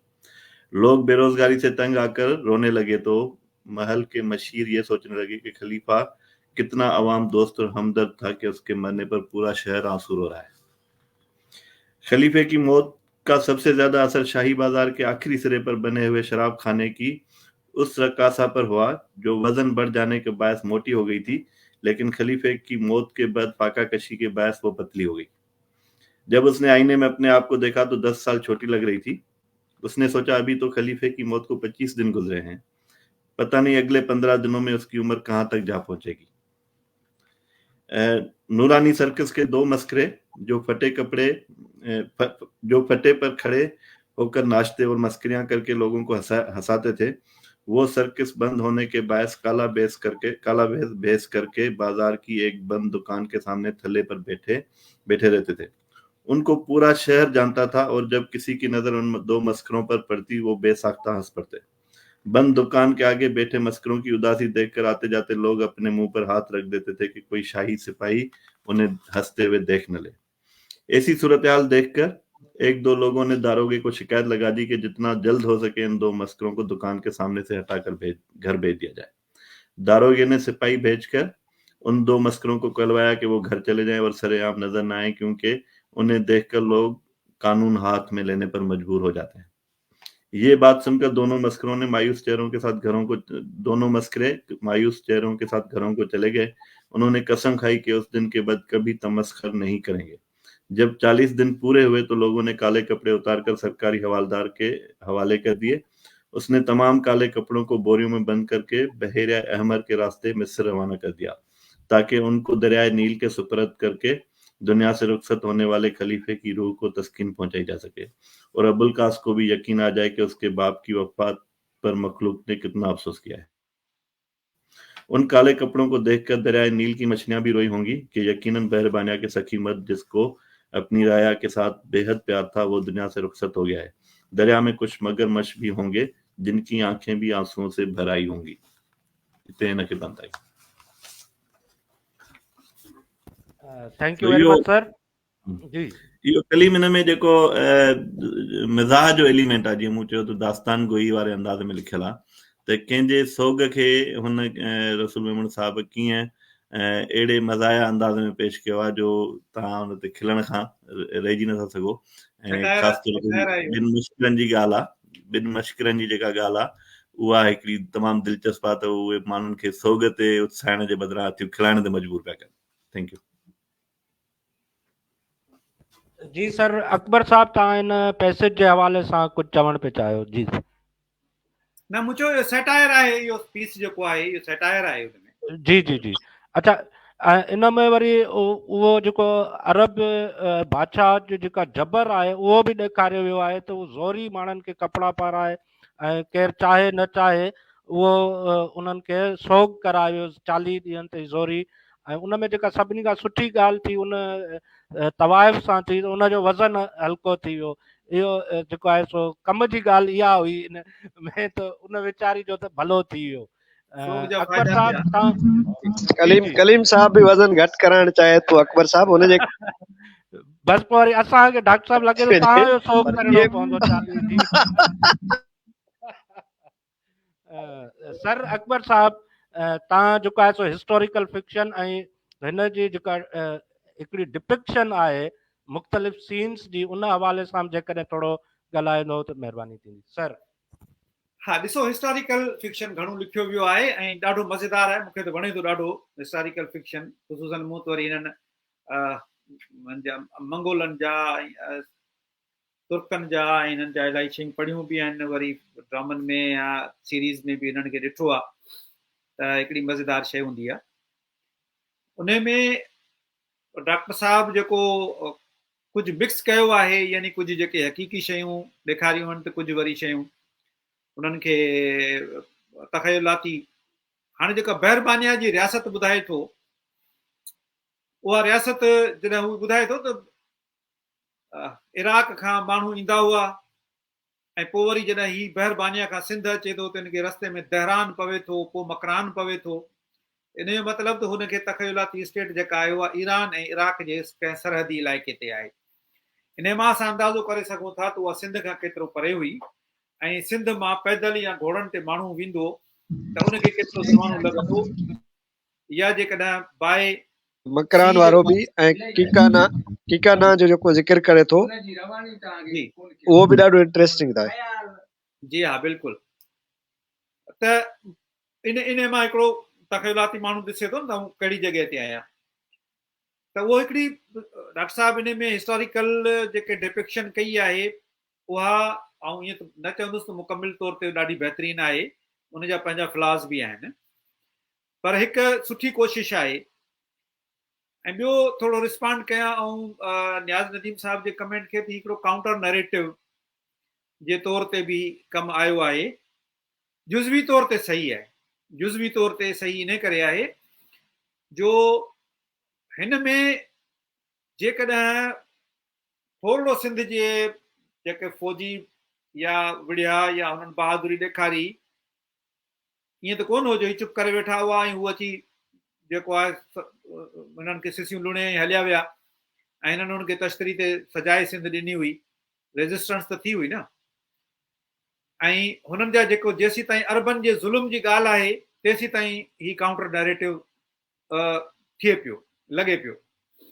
बाक़ी जेको हुननि जो इल्ज़ाम आहे त बहरी कज़ाक हुआ ऐं बहरी कज़ाक औरतुनि खे बि अगवा कंदा हुआ, कंहिं औरत हजाज बिन यूसुफ खे ख़त लिखियो, उन जे करे हुन मोहम्मद बिन कासिम खे मोकिलियो, इन ते लेखक ख़ामोश आहे। बल्कि हसीना वारो किसो करे हुन जहिड़ो इन मोहम्मद बिन कासिम वारी ॻाल्हि खे सपोर्ट कयो आहे। हालांकि हू पंहिंजे मुहाग में लिखे थो त मूं कंहिंखे सपोर्ट न कयो आहे, पर इनडायरेक्टली हू इन नैरेटिव नसीम हिजाज़ी वारे नैरेटिव खे हू सपोर्ट करे वियो आहे। इहा ख़ामी आहे नावल जी। इहो काउंटर नैरेटिव हुजण जे बजाए इहो नैरेटिव खे सपोर्ट आहे त मोहम्मद बिन राजा ॾाहिर जेको आहे हुन ईअं कयो हो, ऐं पोइ उहा हिकिड़ी औरत जेका हुई उहा वाक़ई औरत जो वजूद बि हो, जेका पोइ वरी उते बहरबानिया में वञी उते ख़ुशि थी, ऐं उहो एतिरी ख़ुशि हुई जो उहा उनजी कनीज़ या उनजे हरम में दाख़िल थियण जे लाइ बि बिल्कुलु तयार हुई, छो जो हुनजो ख़ानदान सॼो मरी चुको। सो हिकिड़े पासे जेको अरबन जो जेको ज़ुल्म ॾेखारियो आहे, जेको पहिरीं जेको हितां हिकिड़ो माण्हू जेको वठी वञे थो कहीदास खे, उनजो नालो आहे मूसा यमनी, जेको लठियूं ऐं हणंदो वञे थो उन्हनि खे, इहा तमामु सुठी डिपिक्शन आहे त उहे केॾा ज़ालिम हुआ। अयाश केॾा हुआ जेको उन्हनि टिनि भाउरनि जो औरतुनि ते विढ़ण, हरीस हुआ, अयाश हुआ, ऐं इक़्तिदार जे लाइ हू कुझु बि करे सघंदा हुआ। बिल्कुलु इहो हिसो जेको आहे काउंटर नैरेटिव आहे। तंहिंजे करे हिकिड़ो हिसो आउं चवंदुसि काउंटर नैरेटिव न आहे, हुन नैरेटिव खे सपोर्ट करे पियो। ॿियो हिसो काउंटर नैरेटिव आहे। बिल्कुलु हिन नावल जी जेका स्ट्रॉन्ग पॉइंट आहे उहा इहा आहे इमेजरी। जॾहिं नावल खे पढ़ूं था त जंहिं बि रीडर जो थोरो बि रुगो इमेजिनेशन पावर बहितर हूंदो, उहो ईअं ॾिसंदो त हू नेटफ्लिक्स ते का सीरीज़ पियो ॾिसे। उहो एतिरो त विविड आहे विविड इमेजरी क्रिएट करण का मज़ाक ना आहे, थोरनि लफ़्ज़नि में। हिकु नाविल बि न आहे, हीअ त नॉवलेट आहे। हिकु नॉवलेट में एतिरी विविड इमेजरी करण जेको जंहिंमें सिंध जा कई इलाइक़ा अची वञनि, बहरबानिया अची वञे, विच जा रस्त अची वञनि, बगदाद अची वञे, सभु कुझु अची वञे, ऐं हर जॻह ते एतिरी त विविड इमेजरी हुजे। जेको उथंदे ई समुंड वारो सीन जेको तव्हां कलीम साहब चयो, शानदार आहे। हिकिड़ो फिल्मी सीन आहे, जीअं नई फिल्मूं अॼुकल्ह जे दौर जूं शुरू थियनि थियूं अहिड़े सीन खां। त इहो तमामु घणी स्ट्रॉन्ग पॉइंट आहे इन जी। ॿियो डिक्शन, हिकु इमेजरी, डिक्शन, ॿोली में हिकिड़ी चाबक दस्ती आहे, हिकिड़ी रवानी आहे, शगुफ़्तगी आहे। ॿोली में किथे बि अटके कोन थो माण्हू, त उहा ॿोली वणंदड़ ॿोली आहे। डिक्शन सुठो आहे। इहे आहिनि नाविल जा स्ट्रॉन्ग पॉइंट्स। पर नाविल जा वीक पॉइंट्स बि आहिनि। वीक पॉइंट इहे आहिनि त हिन जो पहिरीं ऐं हुनजे प्लाट ते ॻाल्हायां त हिन प्लाट खे कलीम साहब तव्हां ऐं असां कुझु शयूं कामन बि पढ़ियूं आहिनि, त मूंखे ही प्लाट लॻे थो आहे वाइज एंड रिटर्न। पहिरीं मूं सम्झो त ही ओवरकमिंग द मॉन्स्टर आहे, पर पोइ उहे जुज़ बि थोरा अथसि, पर बेसिकली मूंखे ही प्लाट लॻे थो wise and return. Wise and return में थींदो आहे त पोइ माण्हू ग़रीब कंहिं सफ़र ते वेंदो आहे ऐं वापसी में उहो पंहिंजी मंज़िल माणे ईंदो आहे। त उन प्लाट जा जेके जुज़ा आहिनि, जेके लवाज़मात आहिनि, उहे उन ते ई पूरो लहे थो। बाक़ी जेको हिन में असां चऊं त जेको नाविल जा जेके मक़सद हूंदा आहिनि, उहे कहिड़ा हूंदा आहिनि? नाविल जो पहिरियों ऐं फर्स्ट एंड फॉरमोस्ट जेको मक़सदु आहे, उहो आहे एंटरटेनमेंट प्लेयर, रीडिंग प्लेयर। जेसीं ताईं रीडिंग प्लेयर न हूंदो, पोइ बाक़ी भले सभु कुझु हुजे, अरस्तू जो फ़लसफ़ो छो न हुजे नाविल में, पर इहे रीडिंग प्लेयर न आहे त पोइ उहो ख़ुश्क फ़लसफ़े जो किताब थी वेंदो, नाविल न हूंदो। अहिड़ा कई असांजा राइटर लॻा पिया आहिनि कोशिशुनि में त सॼो इल्मु, फ़लसफ़ो, फ़िक्र, नफ़्सियात, तारीख़, जाग्राफ़ी, ज़रई इल्मु, मुआशी इल्मु, सभु हुन में नाविलनि में हणनि। उहो सभु कुझु हूंदो आहे, पर पोइ नाविल न थींदो आहे। त उहो जेको आहे उहा शइ त कोन्हे का ख़ैर हिन में, लेकिन हिन में रीडिंग प्लेयर उत्तम आहे। पहिरियों जेको मक़सदु आहे नाविल जो, उहो त पूरो थिए थो हिन में। पर नाविल जा रुगो नाविल जो इहो पर्पज़ कोन हूंदो आहे, छो जो इहो पर्पज़ त डाइजेस्ट बि पूरो करे थी। जासूसी डाइजेस्ट पढ़ी वठो, रीडिंग प्लेयर थी वेंदो। सस्पेंस डाइजेस्ट जो देवता पढ़ी ॾिसो, हिन खां 10 दफ़ा वधीक रीडिंग प्लेयर उन में आहे। रुगो रीडिंग प्लेयर मक़सदु न आहे नाविल जो। नाविल पढ़ण खां पोइ माण्हू इहो सोचे थो, सवाल करे थो। नकाद चवनि था, हेरल्ड ब्लूम जहिड़ा चवनि था त पुछो नाविल निगार खां ऐं पंहिंजो पाण खां पुछो त पढ़ंदड़ हिन मां कुझु सिखियो, को तब्दील थियो, पढ़ंदड़ जे इंटेलेक्ट ते को असरु थियो, पढ़ंदड़ जे जज़्बनि ते को असरु थियो, पढ़ंदड़ तब्दील थियो, मूव थियो, का तब्दीली आई। अहिड़ी का शइ हुन डॉक्टर साहब न कोशिशि कई आहे ऐं न ई हिन नाविल में मौजूदु आहे। न को असांखे ॻोल्हण जी हरू भरू कोशिशि बि करणु खपे। पंहिंजी शइ हुई सुठी लॻंदी आहे, पंहिंजी शइ खे असां सुहिणो करे पेश कयूं। हाणे ॾिसणु इहो खपे त डॉक्टर साहब अफ़साना निगारी कई हुई 70 जे ॾहाके खां, ऐं 2012 में हुनजो ही पहिरियों नाविल आयो आहे। तक़रीबन 35, 36, 38 सालनि जो लिखण जो तजुर्बो हो डॉक्टर साहब जो। 35 सालनि जे अफ़साना निगारी जो तजुर्बो हुअण खां पोइ हेतिरो हिन लेवल जो नाविल लिखणु डॉक्टर साहब जे हैसियत खां घटि आहे। डॉक्टर साहब खे हिन खां वधीक बहितर नाविल लिखणु खपंदो। असां इहो नथा चई सघूं त पहिरियों नाविल हो तंहिंजे करे पहिरियों नाविल को नाविल सिखड़ाटनि जो कमु कोन्हे। सिखड़ाट वञी शाइरी कनि या वञी अफ़साना लिखनि, सिखड़ाट नाविल कोन लिखंदा आहिनि। 35 साल जेको माण्हू अफ़साना लिखे थो, उहो सिखड़ाट कीअं थियो? ज़रूरु नाविल बि पढ़िया हूंदा। उन ई लेवल ते जेको डॉक्टर साहब खे नाविल लिखणु खपंदो हो, उन लेवल खां ई घणो घटि आहे। डॉक्टर साहब जा केतिरा ई अफ़साना हिन नाविल खां वधीक बहितर आहे। छो जो ही नाविल एंड में को सवाल नथो छॾे। हिकिड़ी ट्रिक आहे, मैथमेटिकल हिकिड़ी ट्रिक आहे, जंहिंजे तजसुस में माण्हू पढ़ंदो वञे थो।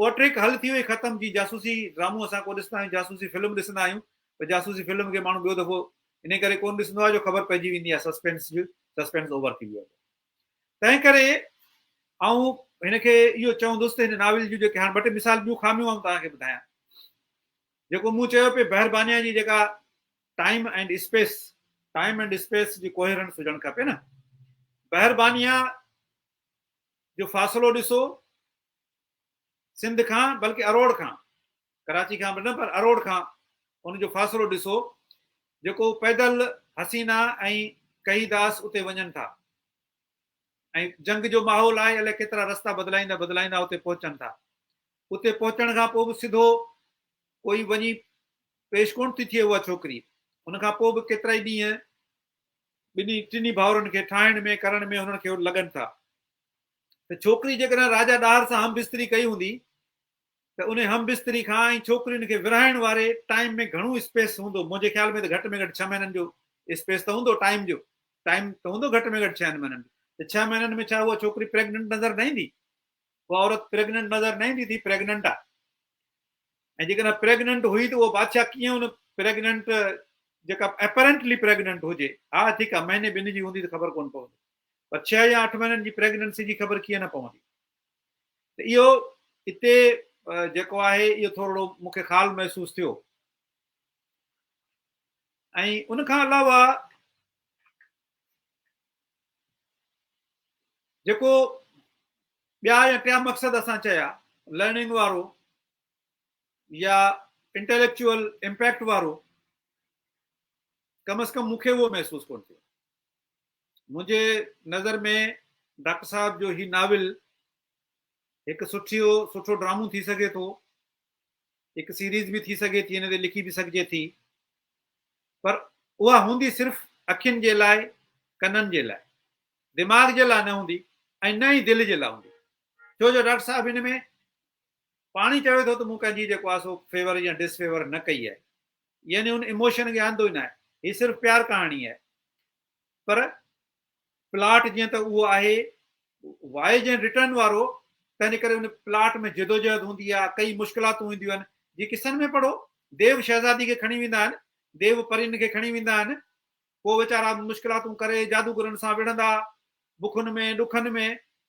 सिंधबाद जहाज़ी वांगुरु वञी आख़िर में पर हिते हू कंहिंखे मारे बि नथो क़तल बि नथो करे बसि ट्रिक सां चालाकी सां हिरफत सां पंहिंजी महबूबा खे वठी अची वञे थो त हिकिड़ी सुठो ड्रामो आहे सुठो हिकिड़ो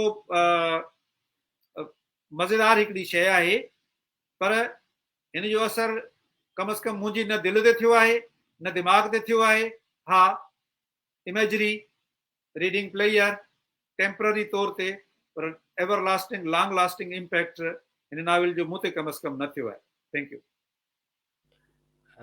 वॾी महिरबानी अकबर साहब तव्हांजी कमेंट्स जी अच्छा ही कुझु असांखे लाइव चैट में कमेंट्स आया आहिनि असां इहे वठूं था अच्छा ही मुमताज़ बुखारी साहब असांजो तमामु प्यारो दोस्त ऐं लेखक ऐं नाविल निगार ताज़ो संदन नाविल आयो आहे बेरंग उन्हनि कमेंट कयो आहे त कली मुखड़ो छो लुकाए वेठो आहे अच्छा साईं मुखड़ो त तव्हां कल्ह ॾिसी आयो मुमताज़ साहब पर हीअ असल में हिते नेट जो थोरो इशू थिए थो डिस्टर्बेंस थी वञे इन करे वीडियो में जेको आहे सो थोरो थी थो वञे प्रॉब्लम इन करे मां जेको आहे सो पंहिंजे लोगो सां ईंदो आहियां अच्छा ऐं ॿियो ई असांजो ॿियो दोस्त आहे झूंगार सांगड़ उहो उन बि चयो आहे त कलीम तव्हांजो चहिरो किथे आहे सर बिल्कुलु उते ई आहे जिते हुनखे हुजणु घुरिजे ऐं जेको आहे सो उहो साॻियो ई थोरी देरि खणी पर्दो हटायो भला दोस्त हलो जेको आहे सर्वर नेट जो इशू थी वेंदो त उहो असां सभु बंदि था करियूं तव्हां पंहिंजो चहिरो न वरी आख़िर में मां दोस्तनि खे पंहिंजो मुखड़ो ॾेखारियां थो सर अच्छा ये जेको आहे सो उन खां अलावा लतीफ़ कुंबर असां सां गॾु आहे उहे चवंदा त मोहतरम तमामु सुठो सिलसिलो हले पियो उन प्रोग्राम ज्वाइन करण सां हर नाविल जो असुलु निचोड़ जो पतो पवे थो अच्छा ॿियो हर नाविल निगार जे मुनफ़रद लिखणी जो अंदाज़ो थिए थो जी लतीफ़ साहब तव्हांजी महिरबानी अच्छा हाणे असां डॉक्टर मुबारक लाशारी साहब ॾे हलूं था ऐं डॉक्टर साहब जेको आहे सो हिन नॉवल जे हवाले सां उन्हनि चयो त मां वधीक ॻाल्हाईंदुसि। ऐं डॉक्टर साहब अञा तव्हां महिरबानी करे हिस्टोरिकल फिक्शन खे थोरो एक्सप्लोर कंदो असांजे ॿुधंदड़ लाइ त वॾी महिरबानी थींदी। दोस्तो हिकिड़ी ॿी अनाउंसमेंट इहा आहे, डॉक्टर साहब हिकिड़ो मिनट मूंखे ॾिजो। अच्छा, इहे असांजे साईं नियाज़ नदीम साहब रसूल मेमन साहब जो हिकिड़ो ॿियो नॉवल आहे कालू बला, उन्हनि खे बि उर्दू में तर्जुमो कयो आहे ऐं उहो बि तमामु जल्द जेको आहे सो उर्दू पढ़ंदड़नि जे हथ में हूंदो ऐं उहो बि ॾाढो हिकिड़ो ज़बरदस्त नॉवल आहे। उन ते वरी हिकिड़ी अलॻि स्ट्रीम जेको आहे सो रखंदासीं, असां उन ते बि डिस्कस कंदासीं। असां नियाज़ नदीम साहब खे एडवांस में मुबारक ॾियूं था उन हवाले सां। जी डॉक्टर साहब, तव्हां जेको आहे सो थोरो प्लीज़ नॉवल खे साम्हूं रखंदे, ऐं ॿियो जेको आहे सो सिंध कुमारी खे बि जेकॾहिं तव्हां हिन ॿिन्हिनि जो जेकॾहिं कंपेरेटिव जाइज़ो वठणु चाहियो त उहो बि तव्हां कयो। ओके कलीम साहब, तमामु घणी महिरबानी। अकबर साहब तमामु सुठो ॻाल्हायो अॼु ऐं मुंहिंजे दिलि वटां ॻाल्हायो। मूंखे लॻे पियो त जेका शइ मूंखे ॻाल्हाइणु खपंदी हुई, पर असां थोरो जूनियर हुजण जी खपे, अकबर साहब सीनियर हुजण जे करे जेके ॻाल्हियूं करियो मूंखे दिलि वटां लॻियूं। हिन में ॿ शयूं आहिनि ॻाल्हाइण जे हवाले सां। हिकु त असां जेके ॾिसूं था साईं, मुंहिंजो आवाज़ अचे पियो कलीम साहब? बिल्कुलु क्लियर आहे। जी सर, तव्हां कंटिन्यू कयो, तव्हांजी आवाज़ अचे। डॉक्टर रसूल मेमन साहब खे एज ए नॉवलिस्ट, ऐं ॿियो असां ॾिसंदासीं त डॉक्टर रसूल मेमन साहब एज ए सिंधी नॉवलिस्ट, त पोइ असां वटि काफ़ी मसइला थियनि था। ॾिसो, मिसाल तौरु हुन राजा ॾाहिर खे उहो ई पेश कयो जेको नसीम इजाज़ी वारा या ॿिया पेश कनि था पिया। मिसाल तौरु अकबर साहब सही चयो त हुनजो जेको नैरेटिव आहे असां वटि, जेको मौजूदु एस्टेब्लिश नैरेटिव आहे पाकिस्तानी गवर्नमेंट जो, उहो इहो ई आहे त कज़ाकनि सां जेके मसइला थिया, कज़ाकनि जा फुरे आया ऐं औरतूं अगवा करे आया, उन्हनि सां ज़्यादतियूं कयूं, उहो सॼो कुझु जस्टिफाई कयो आहे त वाक़ई आहे, उन्हनि कयो आहे। ऐं हसीना जो उन सां मेलाप करणु उहो साबित करे थो त उहा शइ आहे।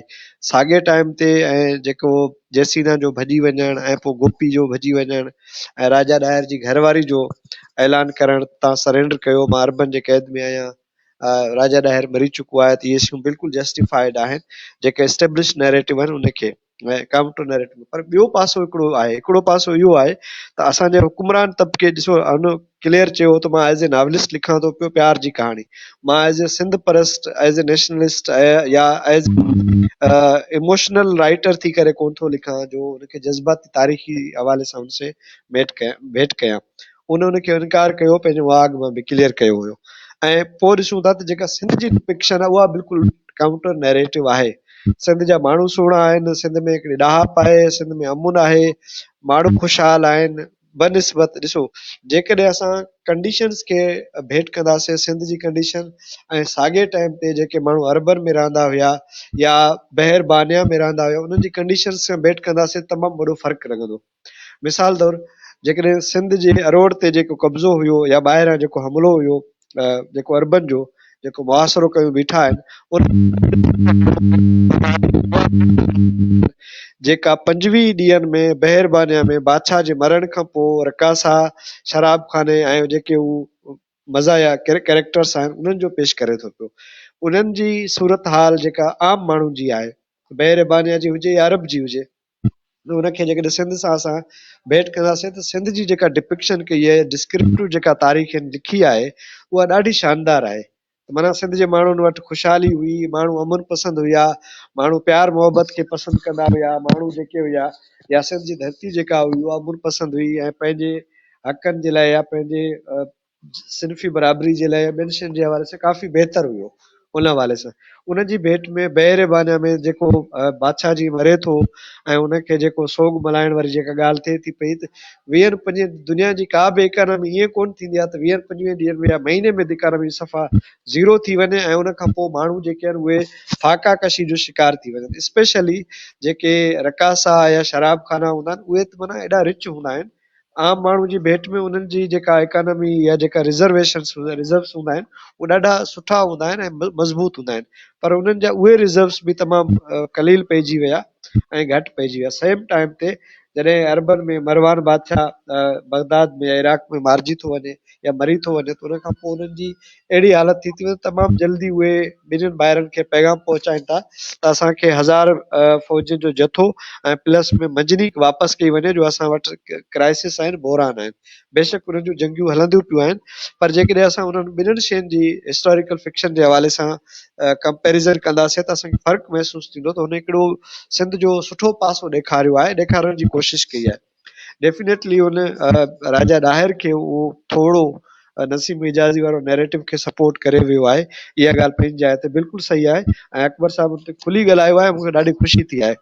ॿियो नाविल जे हवाले सां जेके ॾिसंदासीं त हुनमें सस्पेंस ऐं हुनमें वाक्यनि जो थियणु ॾाढो हिकिड़ो इंट्रस्टिंग आहे, बिल्कुलु कन रस ऐं मन रस। असां वटि अदब में चवंदा आहिनि त हिकिड़ी शाइरी कन रस हूंदी आहे जेका ॿुधण सां त ॾाढी भली लॻंदी आहे, पर मन रस न हूंदी आहे, ॿी हूंदी आहे मन रस, माना माण्हू खे पैगाम या मैसेज मिलंदो आहे, उहा हिकिड़ी हूंदी आहे ॿी शइ। हिन ॿिनि में उहे शयुनि जी बाक़ाइदा खोट आहे।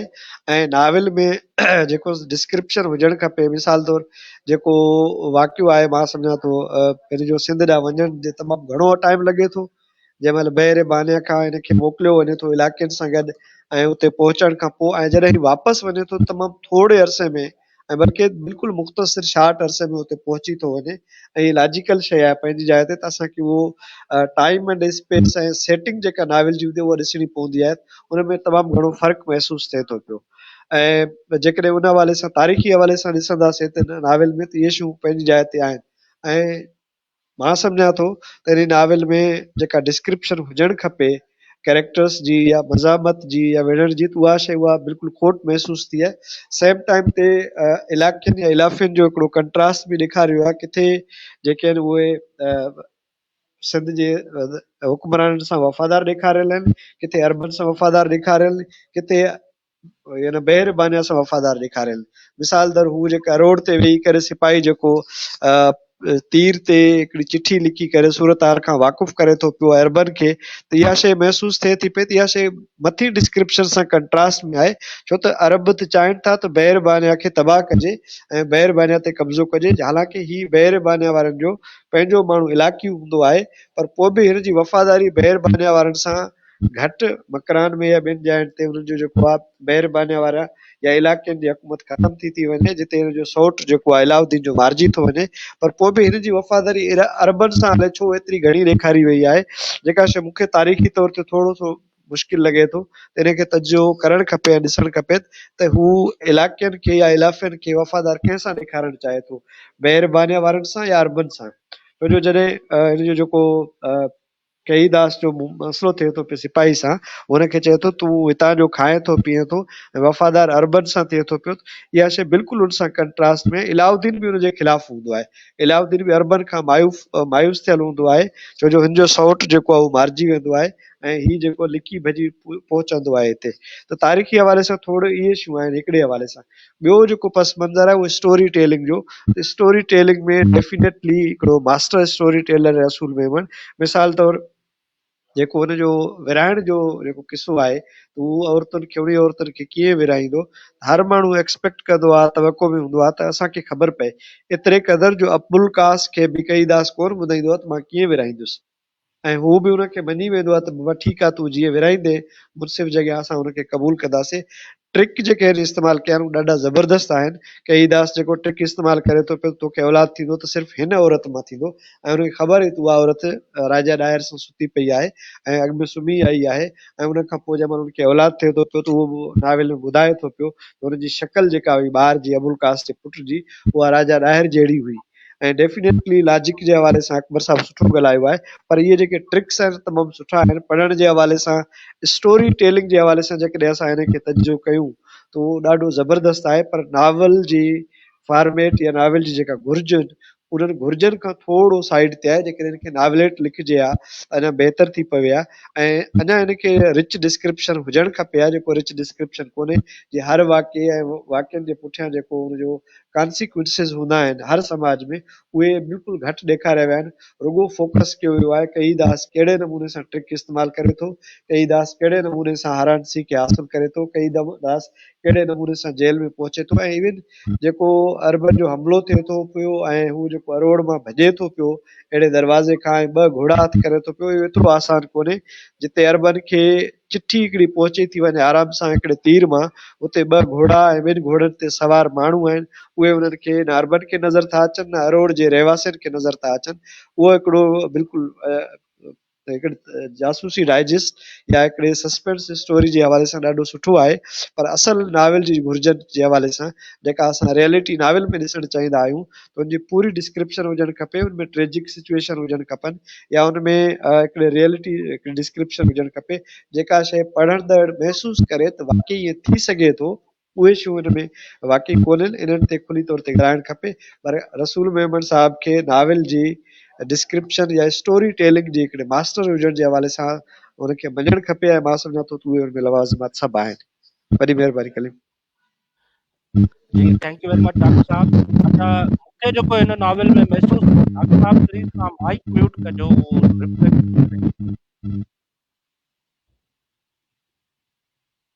अच्छा मूंखे जेको हिन नॉवल में हिकिड़ी जेका ॻाल्हि नज़र आई, उहो हिन नॉवल में मेल कैरेक्टर्स त पावरफुल ऐं तमामु जानदार आहिनि, पर को फीमेल कैरेक्टर एतिरो पावरफुल नज़र नथो अचे हिन नॉवल में। हालांकि हिन में 2 फीमेल कैरेक्टर्स तमामु घणा पावरफुल थी सघिया पिया, हिकिड़ो ख़ुदि हसीना जो कैरेक्टर ऐं ॿियो जेको आहे सो उनजी जेका महबूबा आहे उनखे जेकॾहिं वधीक एलोबरेट कजे हा अञा त उहो जेको आहे सो अञा वधीक पावरफुल उनजो इम्पैक्ट हुजे आहे।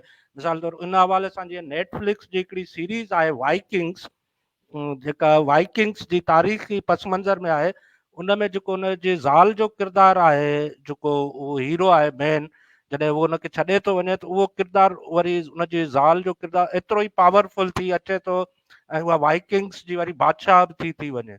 त उन हवाले सां जेको आहे सो को फीमेल कैरेक्टर जेको आहे मूंखे घटि में घटि एतिरो पावरफुल हिन नॉवल में नज़र न आयो। ऐं उनजो जेकॾहिं रसूल साहब हुजे हा त उनखां इहो ज़रूरु सबबु पुछिजे हा।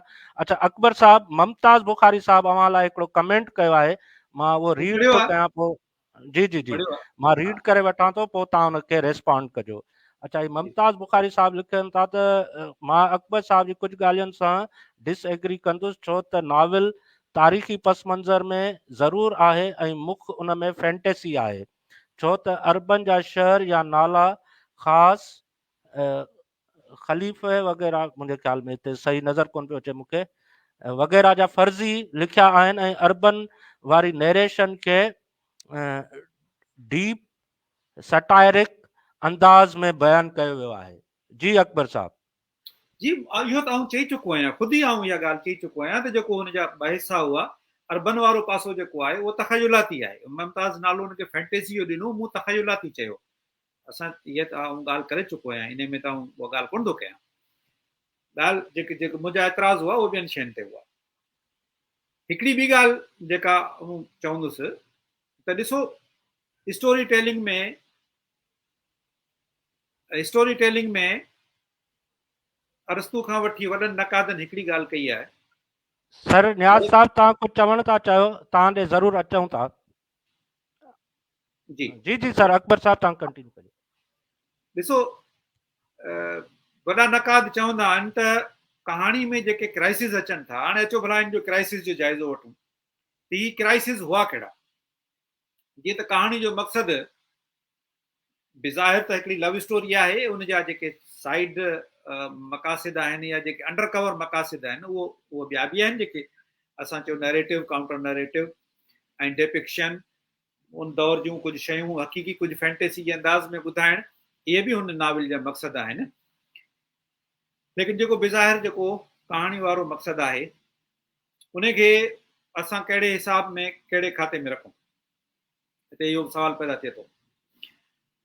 त ही जेको वाइज करे थो ऐं जेको पंहिंजी महबूबा खे छॾाइण जे लाइ जेके हू कोशिशूं करे थो, चालाकी खे इस्तेमालु कंदे, उन में हिकिड़ी शइ जेके चवंदा आहिनि नक़ाद त हिकु या ॿ दफ़ा बि न हुजे, हिकिड़ो अधु जेकॾहिं को इतफ़ाक़ ॾेखारियो वञे क्राइसिस खे हल करण में, त पोइ त ठीकु आहे। पर बार बार इतफ़ाक़ ॾेखारिया वञनि ऐं पोइ कहाणी अॻिते वञे, इतफ़ाक़ जे बुनियाद ते कहाणी कमज़ोर हूंदी आहे। हाणे तव्हां ॾिसो त केतिरा इतफ़ाक़ात हिन सां कहीदास जे अॻियां अचनि था जेके हिन जी फेवर में वञनि था। ही हर उन जॻह ते ख़ुदि ब ख़ुदि पहुची थो वञे। जंहिं वक़्त में सिपाही तीर सां चिठी पियो हणे त उते कोट जे कुंगरनि ते पहुची थो वञे। जंहिं वक़्त में ही कैद में आहे त वरी हुनखे हसीना सां मुलाक़ात थी वञे, ऐं वरी हसीना बि उहा जेका हिन सां हिन जी मदद करण जे लाइ तयारु आहे या हिन जे इशारनि ते हलण जे लाइ तयारु आहे। अलाउद्दीन सां गॾु जंहिं वक़्त में निकिरे थो, विझ किरे थी, घणा माण्हू मरी वञनि था, ही बची वञे थो। अगेन इतफ़ाक़। जिते किथे कई जॻहियुनि ते तव्हां ॾिसो त इतफ़ाक़ात आहिनि, एतिरा इतफ़ाक़ात कहाणी में कोन रखंदा आहिनि। पोइ हाणे पोइ हिकिड़ो कमु करणो पवे थो। अंग्रेज़ी में चवंदा आहिनि त temporary suspension of your disbelief. जेके फैंटेसी कहाणियूं हूंदियूं आहिनि, जादूगरनि वारियूं कहाणियूं बि त असां पढ़ंदा आहियूं न, मज़ो ईंदो आहे न।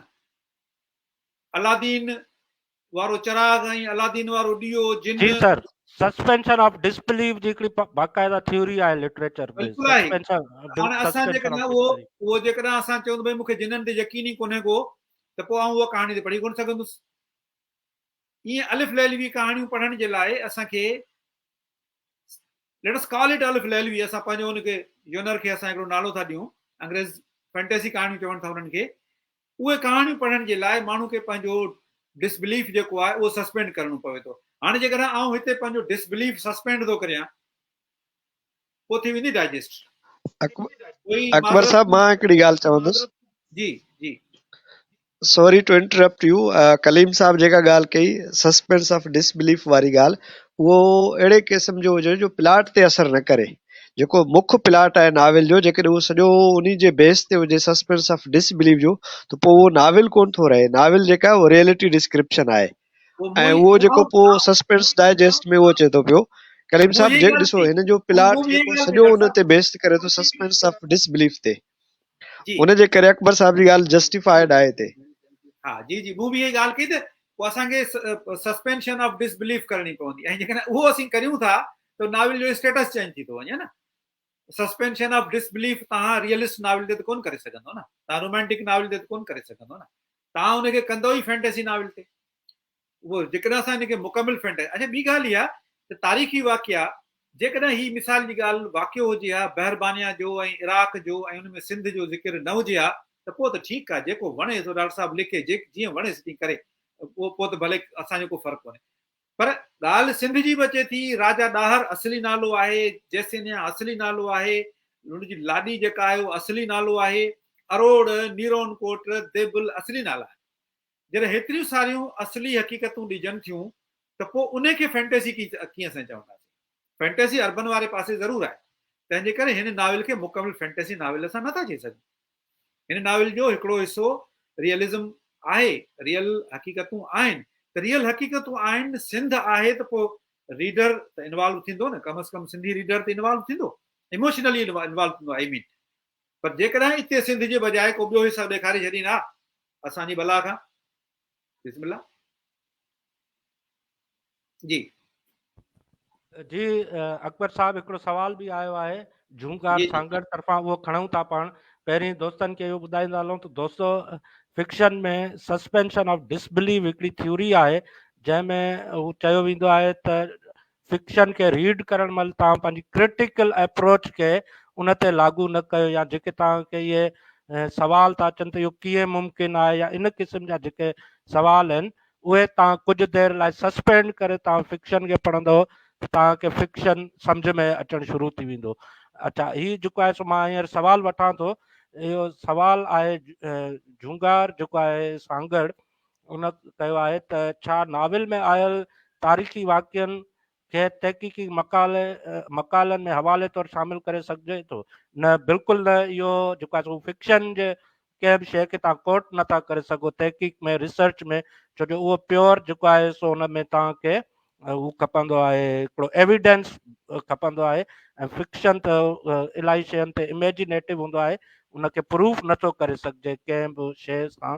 इन करे तव्हां उनखे तहक़ीक़ में न खणंदा आहियो, भले उहो तारीख़ जे केतिरो बि क्लोज़ छो न हुजे, 100% सच छो न हुजे, पर जेकॾहिं उन ते फिक्शन अची वियो, ठपो लॻी वियो, त तव्हां उनजी का बि शइ यूज़ नथा करे सघो। मुंहिंजे ख़्याल में त इहो जवाबु अची वियो आहे।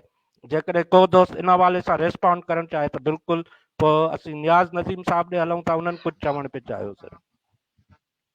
ओके कलीम, मां ॻाल्हाइणु चाहींदुसि। तहक़ीक़ हिकिड़ी अहिड़ी शइ आहे, ॾिसो जेकॾहिं तव्हांजो तहक़ीक़ तव्हांजो पेपर आहे या थीसिस आहे, उहो नाविल ते आहे, हू मिसाल आई ते नाविल ते कंहिं रिपोर्ट बि ॿी नाविल ॻाल्हि ते, तारीख़ी जी नाविल जी, ते। उहो त उन मां तव्हां पर एज़ अ रेफरेंस, माना कंहिं ॿिए एज़ अ तव्हां रेफरेंस नाविल खे कोट नथा करे सघो। न, जॾहिं तव्हां उन हिन खे नाविल फैक्ट पेश नथा करे सघो न, तव्हां हिन नाविल एज़ अ खे फैक्ट, कंहिं बि, हा, एज़ को अ बि फैक्ट, हिस्टोरिकल फैक्ट, हा, जी जी जी बिल्कुल। हिस्टोरिकल न फैक्ट मां खे तव्हां हिकिड़ी पेश ॿी नथा ॻाल्हि करे चवणु सघो, ऐं चाहियां थो। उहो त तहक़ीक़ में न्याज़ साहब हिकिड़ी ॻाल्हि तहक़ीक़ में ॿी थिए थी पई, त जेकॾहिं तव्हांजो तहक़ीक़ आहे नाविल जे डिस्क्रिप्शन ते, त फलाणे इलाइक़े में नाविलनि में डिस्क्रिप्शन उन्हनि जी कहिड़ी आहे, त उन हवाले सां तव्हां उनखे एज़ ए कोर्ट वठी सघो था।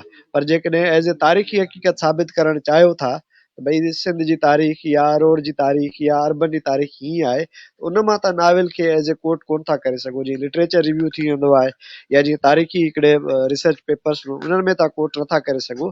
पर जेकॾहिं ख़ुदि नाविल जी हिकिड़ी तहक़ीक़ आहे, नाविल जी डिस्क्रिप्शन जी, त पोइ तव्हां उन्हनि खे करे सघो था। त मिसाल तौरु सिंध में अहिड़ा घणा नाविल आहिनि जंहिंजी डिस्क्रिप्शन अरोड़ जी अहिड़े क़िस्म जी आहे, या नाविल निगार हीअं चवनि था पिया, उनखे मञणु न मञणु हिकिड़ी ॿी अलॻि ॻाल्हि हूंदी आहे। उहा अच्छा डॉक्टर साहब, मूं बि इहो ई पियो चयो खे त फिक्शन सां तव्हां, कंपेयर करे सघो था, या फिक्शन जी, में फिक्शन जा हवाला ॾेई सघो था, उहा फिक्शन ॻाल्हि। फिक्शन खे तव्हां कोट मीन्स के उनजी कोटेशंस खणी सघो था, पर एज़ अ साइटेशन तव्हां जेको आहे सो यूज़ नथा करे सघो कंहिं बि तहक़ीक़ी मकाले में। उहो जी जी नॉविल ते बिल्कुलु बि तव्हां जेका साइटेशन हूंदी, उहो बि नॉन फिक्शन ते मां ई तव्हां साइट कंदव। ऐं जेको आहे सो उन में तव्हां कोट कंदा आहियो पंहिंजे जेका बि तव्हां हाइपोथेसिस ठाहींदा आहियो उन नॉविल जे मिसाल तौरु रिसर्च था कयो, त पहिरीं तव्हांखे हाइपोथेसिस ठाहिणी पवंदी, त तव्हां उन जी बेसिस ते पोइ उहा जेको आहे सो प्रूव करण जी कोशिशि कंदा आहियो। पर साइटेशन में किथे तव्हां फिक्शन वर्क साइट नथा करे सघो। इहो जेको आहे सो पर तहक़ीक़ जो हिकिड़ो हिकिड़ी बुनियादी सूल हिकिड़ी ॻाल्हि कलीम, हिकिड़ी ॻाल्हि कलीम जी आहे। मिसाल तौरु तव्हां वटि कंहिं बि दौर जी, कंहिं बि धरती जी तारीख़, रियल तारीख़ मौजूदु कोन आहे, त पोइ उन जी भेट में तव्हां इमेजिनेटिव तारीख़ खणी करे उनखे कोट कंदा आहियो। त इमेजिनेटिवली सिंध हा, कहिड़ी हुई, उहो मिसाल तौरु राजा मीन्स ॾाहिर उहो जे दौर तव्हांजो में। लेजेंड्स में अची थो वञे, उहो तव्हां उनखे लेजेंड्स जो नालो हा हा चवंदा आहियो, त लेजेंड्स चवनि था, पर उन में तव्हां जेको आहे सो 100% श्योर न हूंदा आहियो। जेको आहे सो उहो तव्हां उनखे चओ था त इहो लेजेंड्स आहिनि, उन सां लागू थियल आहिनि, पर उन में तव्हां 100% श्योर न हूंदा आहियो। जेको साइटेशन रेफरेंस हूंदो आहे, उहो 100% श्योरिटी ते हूंदो आहे। जी उन में जी हिकिड़ो सर। हिकिड़ी सर जी, जी उन में जी हिकिड़ो ऐड कयां थो। जी सर। असां वटि दोदे सूमर जो दास्तान आहे न। हाणे असां मां 95% माण्हू सम्झनि था त इहो ईअं ई थियो हो ऐं इहो ईअं ई वाक़ियो थियो हो, लेकिन हुन जेको तारीख़ी फैक्चुअल सबूत कोन थो मिले, उहो असांखे इन्हनि बहाननि मां मिलियो आहे, यानी लिटरेचर मां मिलियो आहे। माना लिटरेचर हो न उहो उन दौर जो, ओरल ट्रेडिशन मां या मिलियो आहे। जी, ट्रेडिशन, ओरल ओरल ट्रेडिशन मां मिलियो आहे। तंहिंजे जी करे, पर असां वटि 95% खां बि वधीक माण्हू उनखे बिल्कुलु हक़ीक़ी वाक़ियो सम्झनि था। जी छो जी जेकॾहिं हक़ीक़ी वाक़ियो हुजे त उहो तारीख़ी हवालनि सां उहो साबित हुजे, कहिड़ो दौर हुजे, कहिड़ो सन हो, जी, इहो इहो उहो नथो मिले। खिलजी वारे दौर जी हर ॻाल्हि असां वटि पई आहे। खिलजी खे को एॾो वक़्तु त कोन थियो आहे जॾहिं जी असां वटि सिकंदर यूनानी जे जेके किसा बयान थिया असां वटि सभु हक़ीक़ी तारीख़ में, त हीअ त कल्ह जी ॻाल्हि आहे। पर जी इहो असांखे लिटरेचर में, हाणे इन्हनि खे चइबो आहे नीम तारीख़ी दास्तान, जी नीम तारीख़ी दास्तान, लेजेंड्स जेके आहिनि, लेजेंड्स। लेजेंड्स। बिल्कुलु तव्हां हा एग्जैक्टली अंग्रेजी में उहो लफ़्ज़ चयो। जी जी जी जी सर। नियाज़ नदीम साहब काफ़ी देर खां कुझु चवण पिया चाहियो हिकिड़ो सर। त, हा, नियाज़ त साहब थैंक यू। जी न न, हिकिड़ो त ॻाल्हि बिल्कुलु सही आहे त जेकॾहिं तव्हां तारीख़ी नावलनि खे खणी करे पंहिंजो को नओं नैरेटिव कंस्ट्रक्ट करणु चाहियो त उहा त हिकिड़ी ॿी ॻाल्हि आहे, पर उनखे तव्हां एज़ अ हिस्टोरिकल फैक्ट करे तव्हां कॾहिं पेश नथा करे सघो। इहा ॻाल्हि बिल्कुलु क्लियर आहे। ॿी ॻाल्हि इहा आहे त एंडोस्ट अकबर साहब जेका ऑब्जेक्टिव क्रिटिसिज्म जा जेतिरा बि इन ते कानून लागू कया आहिनि हिन नावल ते, आई थिंक त उहे सभु झोल या उहे सभु खामियूं पंहिंजी जाइ ते हिन में ज़रूरु मौजूदु हूंदियूं। ऐं इट्स गुड जेको ही तव्हां बहस कंदा आहियो हिन में जेका सुठे में सुठी ॻाल्हि इहा हूंदी आहे त इहो इल्मी बहस हूंदा ऐं ऑब्जेक्टिव हूंदा। हिन में को बि पसंदि नापसंदि या को कंहिंखे को वॾो लेखक कंहिंखे नंढो लेखक करे पेश करणु हिन में को जवाबु न हूंदो आहे, मक़सदु न हूंदो आहे, पर मक़सदु हूंदो आहे त हुनखे एनालाइज़ कजे फनी हवालनि सां।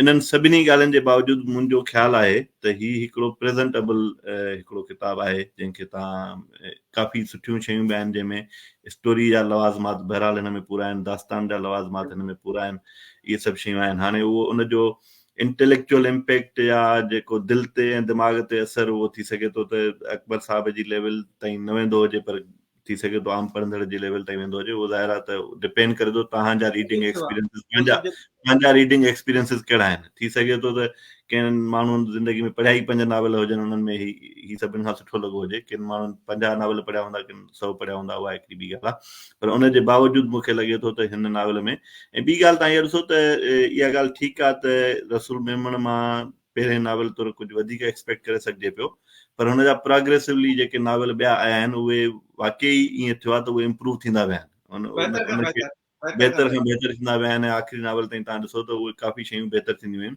इहो थी सघे थो त नावल जी सिन्फ़ जे लिहाज़ खां हुननि वाकई एक्सपेरिमेंट कयो हुजे, डिस्पाइट द फैक्ट त हुनखे शायदि 35 सालनि जे एक्सपीरियंस खां पोइ शायदि बहितर नावल लिखणु खपे हा, पर नावल जी सिन्फ़ ते हुननि अहिड़ा तजुर्बा कया आहिनि रसूल मेमण साहब जो, हुनजा नावल प्रोग्रेसिवली बहितर थींदा विया आहिनि। त इहा ॻाल्हि मूंखे चवणी। ॿी ॻाल्हि इहा आहे तव्हांजो शायदि टाइम पूरो थी वियो आहे, ख़बर न आहे त केतिरो अञा अॻियां तव्हां हली सघो था। अच्छा आहिनि, ठीकु आहे, ठीकु आहे। मां थोरी देरि में इजाज़त वठंदुसि कलीम, अगरि जी तव्हां जी लाइन में जी ठीकु आहे। बसि असां जेको आहे सो 5-8 मिंटनि में वाइंड अप कंदासीं। हिकिड़ो असां वटि मुमताज़ साहब जो कमेंट आयो आहे, असां उहो बि खणूं था। पोइ जेको आहे सो अख़्तर काफ़ी देरि खां ख़ामोश आहे, अख़्तर खां हिकिड़ो कमेंट वठूं। ऐं जेको मूं ॻाल्हि पे कई त फीमेल करेक्टर एतिरा पावरफुल कोन्हनि। अच्छा दोस्तो, हीअ जेको आहे सो असां ईंदड़ हफ़्ते जी जेको आहे सो अनाउंसमेंट करे छॾियूं था हिते ई, त ईंदड़ हफ़्ते जेको असां नाविल डिस्कस कंदासीं उहो मैडम सहर गुल भट्टी जो नाविल आहे इश्क तमामु ब्रे तमामु, ऐं उहो असां ईंदड़ हफ़्ते जेको आहे सो उन ते भरपूर डिस्कस कंदासीं। उन में मैडम सहर गुल भट्टी साहिबा असां सां गॾु हूंदियूं, ऐं असां जेको आहे सो जेके बि पैनलिस्ट आहियूं तव्हां सां गॾु हूंदासीं। महिरबानी करे तव्हां हीअ जेको आहे असांजी स्ट्रीम खे हिनखे वधि खां वधि शेयर कयो, ऐं असांजे यूट्यूब चैनल खे सब्सक्राइब कयो, ऐं बेल आइकन खे दॿाईंदा हलो, जीअं जेको आहे सो तव्हांखे हिननि जूं नोटिफिकेशन्स ईंदियूं रहनि। सर अकबर साहब, नियाज़ साहब, हिकिड़ो मुमताज़ साहब जो कमेंट आहे उहो मां आख़िर में वठंदुसि, प्लीज़ तव्हां एसि ताईं रहिजो असां सां, उन खां पोइ तव्हां भले जेको आहे सो असां क्लोज़ कंदासीं। ठीकु आहे, मां इजाज़त वठी आयो आहियां, मां इजाज़त वठी आयो आहियां कुझु वक़्तु लाइ। जी जी जी, पहिरीं असां अख़्तर खां थोरो कमेंट था वठूं, पोइ जेको आहे सो पाण हिन मुमताज़ साहब जे जेको आहे सो उन ते हलूं था सवाल ॾांहुं। जी अख़्तर, मूं औरतुनि जे जेको आहे सो करेक्टर जे हवाले सां ॻाल्हि पे कई, तव्हां उन हवाले सां ॻाल्हायो प्लीज़ अख़्तर।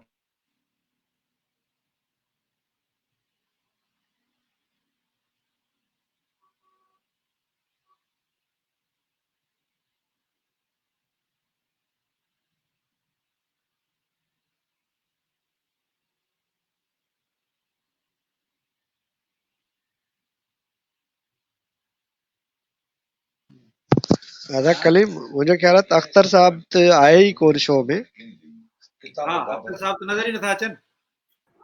अच्छा, अची विया अख़्तर, अच। मुंहिंजो आवाज़ कोन पियो अचे छा? हाणे अचे हा, आवाज़ हाणे अचे पियो, पहिरियों तव्हां शो में हुयो कोन अख़्तर साहब। अलाए आउं हितां ईंदो हुउसि, पोइ कलीम खां कई हूंदी गड़बड़। हा, हिन में मूं इहो पिया चवणु चाहियो त हाणे मुंहिंजो आवाज़ अचे पियो? हा, मूं का बि गड़बड़ जी जी, कोन कई आहे, क्लियर आहे। अच्छा, मूं का बि गड़बड़ न कई आहे, इहा तव्हां कुदरती गड़बड़ थी आहे, ॿी ॻाल्हि आहे। हिन अख़्तर ऐं में मूं कलीम इहो तव्हां ॿई गॾु वेही हिक ॿिए सां गड़बड़ कयो था, अलाए कहिड़ी ॻाल्हि आहे।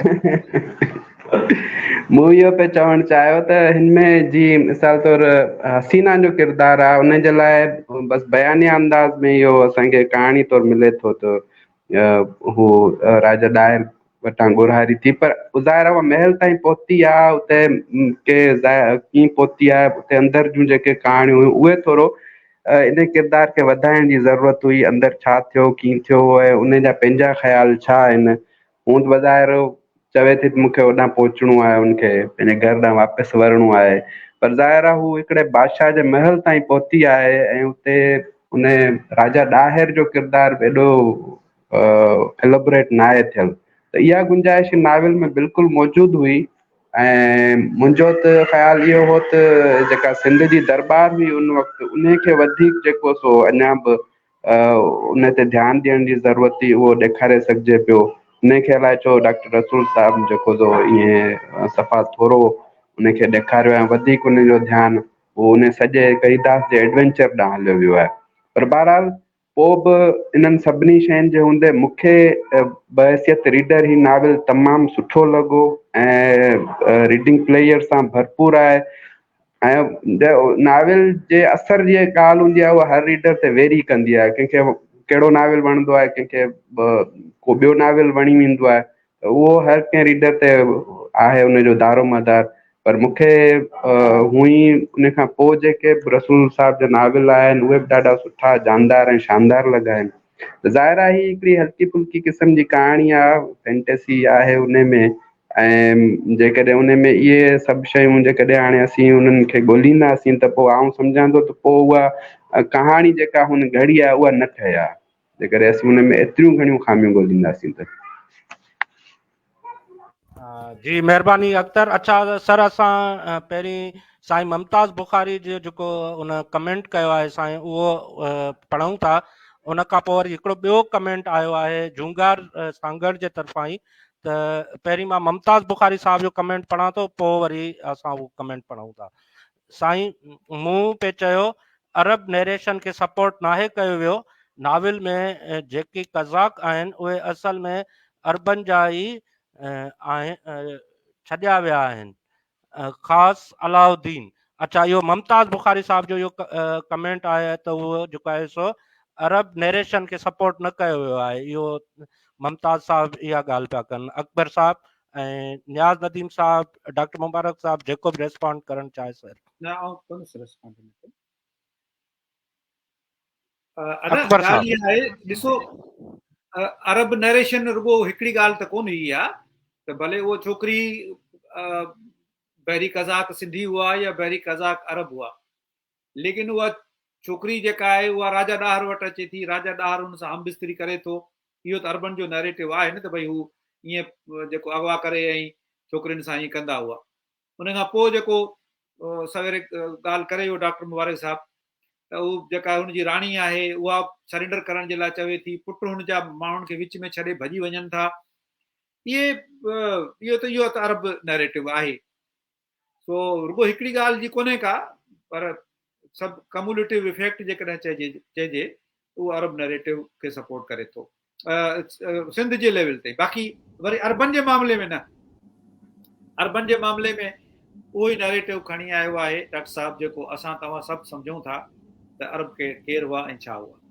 जी जी नियाज़ साहब, जेकॾहिं तव्हां रेस्पॉन्ड करणु चाहियो त मुंहिंजो ख़्याल आहे त ही मुमताज़ जी ॻाल्हि कंहिं हद ताईं ठीकु आहे त प्रॉक्सीज़ हुयूं, उहे अरबन जी पंहिंजूं प्रॉक्सीज़ हुयूं, पर जेकॾहिं मजमूई हवाले खां ॾिठो वञे त ख़ासि तौर ते हसीना जो हुते हुजणु राजा ॾाहिर जे उन में हवेली में या महल में, इहो हिकिड़ो वॾो फिलहाल थी सघे थो हिन नावल जो। ऐं उहो ई काउंटर नैरेटिव जी ॻाल्हि अकबर साहब करे थो, उन में इहा ॻाल्हि सही आहे त उहो कंहिं हद ताईं अरबन खे सपोर्ट करे थो वञे। ऐं ॿी ॻाल्हि इहा आहे त हिन में जेका डॉक्टर साहब जी एज़ नॉवलिस्ट जेका आहे उहा ओवर एक्साइटमेंट कहीदास जे कैरेक्टर ते घणी आहे। हू एज़ नॉवलिस्ट हू कहीदास जे बारे में तमामु घणो एक्साइटेड आहे, उन करे शायदि ॿिया कुंडू पासा हुन जा नावल जा उहे कुझु हेठि मथे रहिजी विया आहिनि। जी अच्छा, हाणे ही असांजो तमामु प्यारो दोस्त आहे उस्ताद निज़ामानी साहब, जिन झूंगार सांगड़ जे हुन तव्हां कयो आहे कमेंट। त उस्ताद निज़ामानी साहब लिखनि था त सर सांगड़ नाविल जे केतिरनि वाक्यनि खे मौक़िक़ पंहिंजनि मक़ालनि में कोट कयो आहे। ख़ासि तौर साईं GM सैयद ऐं शहीद सूर्य बादशाह जी मुलाक़ात। उस्ताद निज़ामानी उस्ताद साहब जेको आहे सो इहा मुलाक़ात पाण हिकिड़ी फिक्शनल हुई ऐं तारीख़ में पहिरीं ॻाल्हि त इन मुलाक़ात जो को बि उहो कोन थो मिले पाण खे दलील। मुंहिंजो आवाज़ अचे पियो? हा जी तव्हांजो क्लियर आहे बिल्कुलु। जी जी अच्छा, इन में असांखे तारीख़ में को बि दलील कोन थो मिले। पोइ वरी इहा जेको आहे सो अॻु में इहो कंहिं मूंखे साईं GM सैयद जे हिकिड़े वेझे दोस्त साथी ॻाल्हि ॿुधाई हिकिड़े इंटरव्यू में त उन में इहो हो त इहो दीपलाई साहिबु लिखी आयो हो सॼो, ऐं पोइ साईं GM सैयद खां उन्हनि इजाज़त वरिती ऐं साईं GM सैयद जेको आहे सो उनखे चयो त भले तव्हां लिखो इहो। ऐं फिक्शन खे असां खे सीरियस एतिरो न वठणु घुरिजे। इन जी जेका इन मुलाक़ात जी जेका असुलु इम्पोर्टेंस थी हुई उहा साईं GM सैयद पाण कोट कई पंहिंजे जेको अदालती बयानु आहे। उन खां पोइ माण्हुनि इन खे हिकिड़ी तारीख़ी उहो सम्झणु लॻा। जेको साईं जो पंहिंजो अदालती बयानु आहे उन में बि उन्हनि इहो ज़िक्र कयो आहे त उन नाविल में इन मुलाक़ात जो ज़िक्र आहे। ॿियो को बि तारीख़ी हवालो न ॾिनो आहे, सिर्फ़ु इहो चयो आहे त उन नाविल में इहो कोट कयो वियो आहे जंहिंमें सूर्या बादशाह जेको आहे सो साईं GM सैयद खे चयो त जेको आहे सो ही तव्हांखे जेको आहे सो गदार करे छॾींदा, इन क़िस्म जो मकालमो आहे उन में।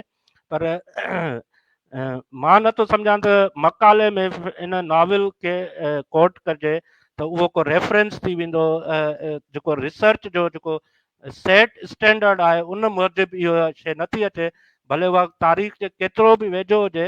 ऐं जेकॾहिं भले उहा एग्ज़ैक्ट तारीख़ ई छो नथो फिक्शन बयानु करे, पर उहो एज़ अ साइटेशन या रेफरेंस तौरु रिसर्च में कोट नथो थी सघे, जेतिरे ताईं मुंहिंजी स्टडी आहे।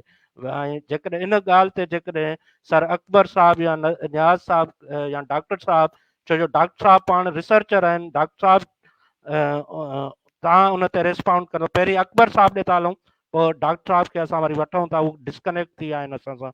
सर अकबर साहिबु तव्हां इन ते रिस्पॉन्ड कजो। रेफरेंस ॾियण जा दुनिया में जेके स्टैंडर्ड्स मुक़ररु थियल आहिनि, ॿ स्टाइल आहिनि रेफरेंस ॾियण जा। हिकिड़ो हार्वर्ड स्टाइल आहे रेफरेंस ॾियण जो, ॿियो शिकागो मैन्युअल आहे। मैन्युअल आहे बाक़ाइदा शिकागो मैन्युअल जेको मूं पढ़ियो आहे। जी जी शिकागो आहे, अमेरिकन साइकोलॉजिकल सोसाइटी। हिकिड़ो आहे हार्वर्ड मैन्युअल, ॿियो आहे शिकागो मैन्युअल।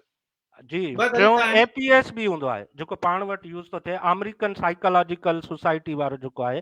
जेके मेन आहिनि न दुनिया जा जेके रिसर्चर, मूंखे थोरो तजुर्बो आहे, घणे भाङे शिकागो यूज़ थींदो आहे। जी मुशाहिदो आहे इंग्लैंड जो। मूं पाण बि जेका कंदो आहियां उन में शिकागो मैन्युअल खे इस्तेमालु कंदो आहियां। जी जी उन जा हिकिड़ा स्टैंडर्ड आहिनि त उन में कोट कंहिंखे करणो आहे तव्हांखे। जी उन में फैक्ट जेको आहे उनजी सिहत खे पहिरीं ॾिसबो आहे। ईअं बि न आहे त मूंखे हलंदे फिरंदे को किताबु ॾिसी वरितो ऐं उनखे कोट करे छॾियो ऐं उहो किताब जी ख़ुदि जी सिहत ॾिसबी आहे त उहो किताब ख़ुदि ऑथेंटिक आहे या न आहे। या ईअं चई छॾियां त हिकिड़े जुमन खान किताब लिखियो, उन वली मोहम्मद खे कोट कयो, वली मोहम्मद गुल मोहम्मद खे कोट कयो, उनखे वरी मूं कोट कयो न। उन शइ जी ऑथेंटिसिटी ॾिसबी आहे। ॿी ॻाल्हि त अब नाविल फिक्शन आहे। फिक्शन माना कूड़ खे तव्हां कोट कीअं कंदव?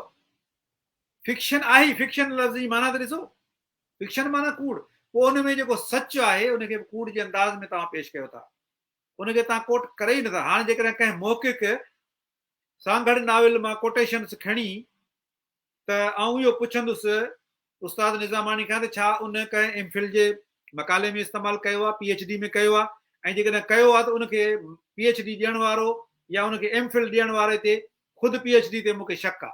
ख़ुदि ख़बर कान्हे का त रेफरेंस थींदो छा आहे। जी बिल्कुलु सही था चओ।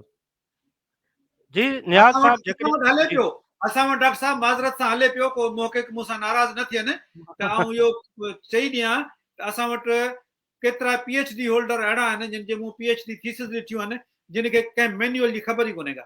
माज़रत सही ॻाल्हि जी नियाज़ साहब, जेकर तव्हां इन हवाले सां मुंहिंजे ख्याल में न मां मुहक़िक़ न आहियां, इन करे अकबर साहब जी राय या डॉक्टर मुबारक जी राय वधीक मोतबर हूंदी इन मामले में। पर जेसिताईं मुंहिंजी ज़ाती राय आहे उहा इहा आहे त जेकॾहिं फिक्शन खे फिक्शन तौरु कोट कयो वियो आहे या फिक्शन जे बारे में कुझु लिखियो वियो आहे, तव्हां फिक्शन जे किताब खे कोट कयो आहे त उहा ॿी ॻाल्हि आहे। पर त फिक्शन खे खणी करे फैक्ट करे पेश नथा करे सघो, चाहे उहो साईं जीएम सैद जे हयाती में थियो हुजे या सूर्य बादशाह जे हयाती में थियो हुजे या उन फिक्शन खे पाण एंडोर्स कयो हुजे, कुझु बि कयो हुजे, पर fiction is after all fiction. उनखे तव्हां फैक्ट तौरु पेश नथा करे सघो। ऐं जेकॾहिं सांगड़ नावेल जा के वाक़िया अगरि कंहिं रेफरेंस में आया बि आहिनि त छा उन्हनि खे हक़ीक़त करे पेश कयो वियो आहे, फैक्ट करे पेश कयो वियो आहे, या उन्हनि खे एज़ अ नावेल ई कोट कयो वियो आहे, उहा हिकिड़ो ॾिसणो पवंदो त उन मकाले में उन रेफरेंस जी हैसियत पंहिंजी छा आहे। ज़रूरी न आहे त उनखे मकाले निगार खणी करे फैक्ट तौरु पेश कयो हुजे, थी सघे थो मकाले निगार उन नावेल जो ई हवालो ॾिनो हुजे, जी त न उहा ॿी ॻाल्हि आहे त तव्हांखे नावेलनि जा मकालनि में नावेल जो हवालो ॾियणु उहा ॿी ॻाल्हि आहे। पर हिते जेको बुनियादी नुक़्तो आहे उहो इहो आहे त छा तव्हां कंहिं फिक्शनल पीस खे खणी फैक्ट तौरु पेश करे सघो था या न। त उन जी मामले में असां सभु क्लियर आहियूं न। जी बिल्कुलु नथो करे सघे, पर हिते जेको आहे नियाज़ साहब जेको कोट कयो वियो आहे उहे कुझु मकाला आहिनि, उन्हनि में कोट कयो वियो आहे इनखे एज़ अ फैक्ट। न, त जेको इहो मुंहिंजी राय में बि ग़लति आहे त तव्हां जेको उन्हनि कंहिं बि मकालनि जी fiction जे सिहत ते पाण असर थो विझे, त हिकिड़े फिक्शन खे उन्हनि एज़ अ फैक्ट कोट कयो आहे। जी दोस्तो, ही अॼु असांजी 7वीं लाइव स्ट्रीम हुई सिंधी जदीद सिंधी नाविल में थींदड़ तजुर्बनि जे हवाले सां। इन में असां रसूल मेमन साहब जे नाविल 19 औरतूं ते भरपूर नमूने डिस्कस कयो ऐं उनजे हर एंगल खां असां हिन स्ट्रीम में डिस्कस कयो। ऐं हिन डिस्कशन में असां सां गॾु अकबर लगारी साहब मौजूदु आहिनि, नियाज़ नदीम साहब, डॉक्टर मुबारक लाशारी साहब ऐं अख्तर साहब। दोस्तो, ही स्ट्रीम असां हिते ई क्लोज़ करे रहिया आहियूं। असां पंहिंजे पार्ट टाइम खां वधीक मिंट करे विया आहियूं। ख़ैर उहो को मसइलो कोन्हे, पर हाणे हिकिड़ो अनाउंसमेंट आख़िर में इहा आहे त ईंदड़ हफ़्ते असांजी 8वीं लाइव स्ट्रीम हूंदी छंछर ते 7 वॻे। उन में असां मैडम सहर गुल भट्टी जो नाविल आहे इश्क तमामु बुरे तमामु, इहो हिकिड़ो थुलो मतारो नाविल आहे। ऐं अकबर साहब जेको अक्सर चवंदो रहंदो आहे त नंढा नंढा नाविल था लिखजनि, पर ही हिकिड़ो भारी भरकम अकबर साहब नाविल आहे। ऐं मैडम जेको आहे सो असां सां गॾु हूंदियूं ऐं उन स्ट्रीम में असां वरी उन नाविल ते भरपूर अंदाज़ में ॻाल्हाईंदासीं। दोस्तो, अवां सभिनीनि जी वॾी महिरबानी, तव्हां असां सां गॾु रहिया। अकबर साहब, साईं नियाज़ नदीम साहब, अख्तर हफ़ीज़, डॉक्टर मुबारक लाशारी साहब, तव्हां सभिनीनि जी वॾी वॾी महिरबानी। Thank you very much sir. Thank U, महिरबानी।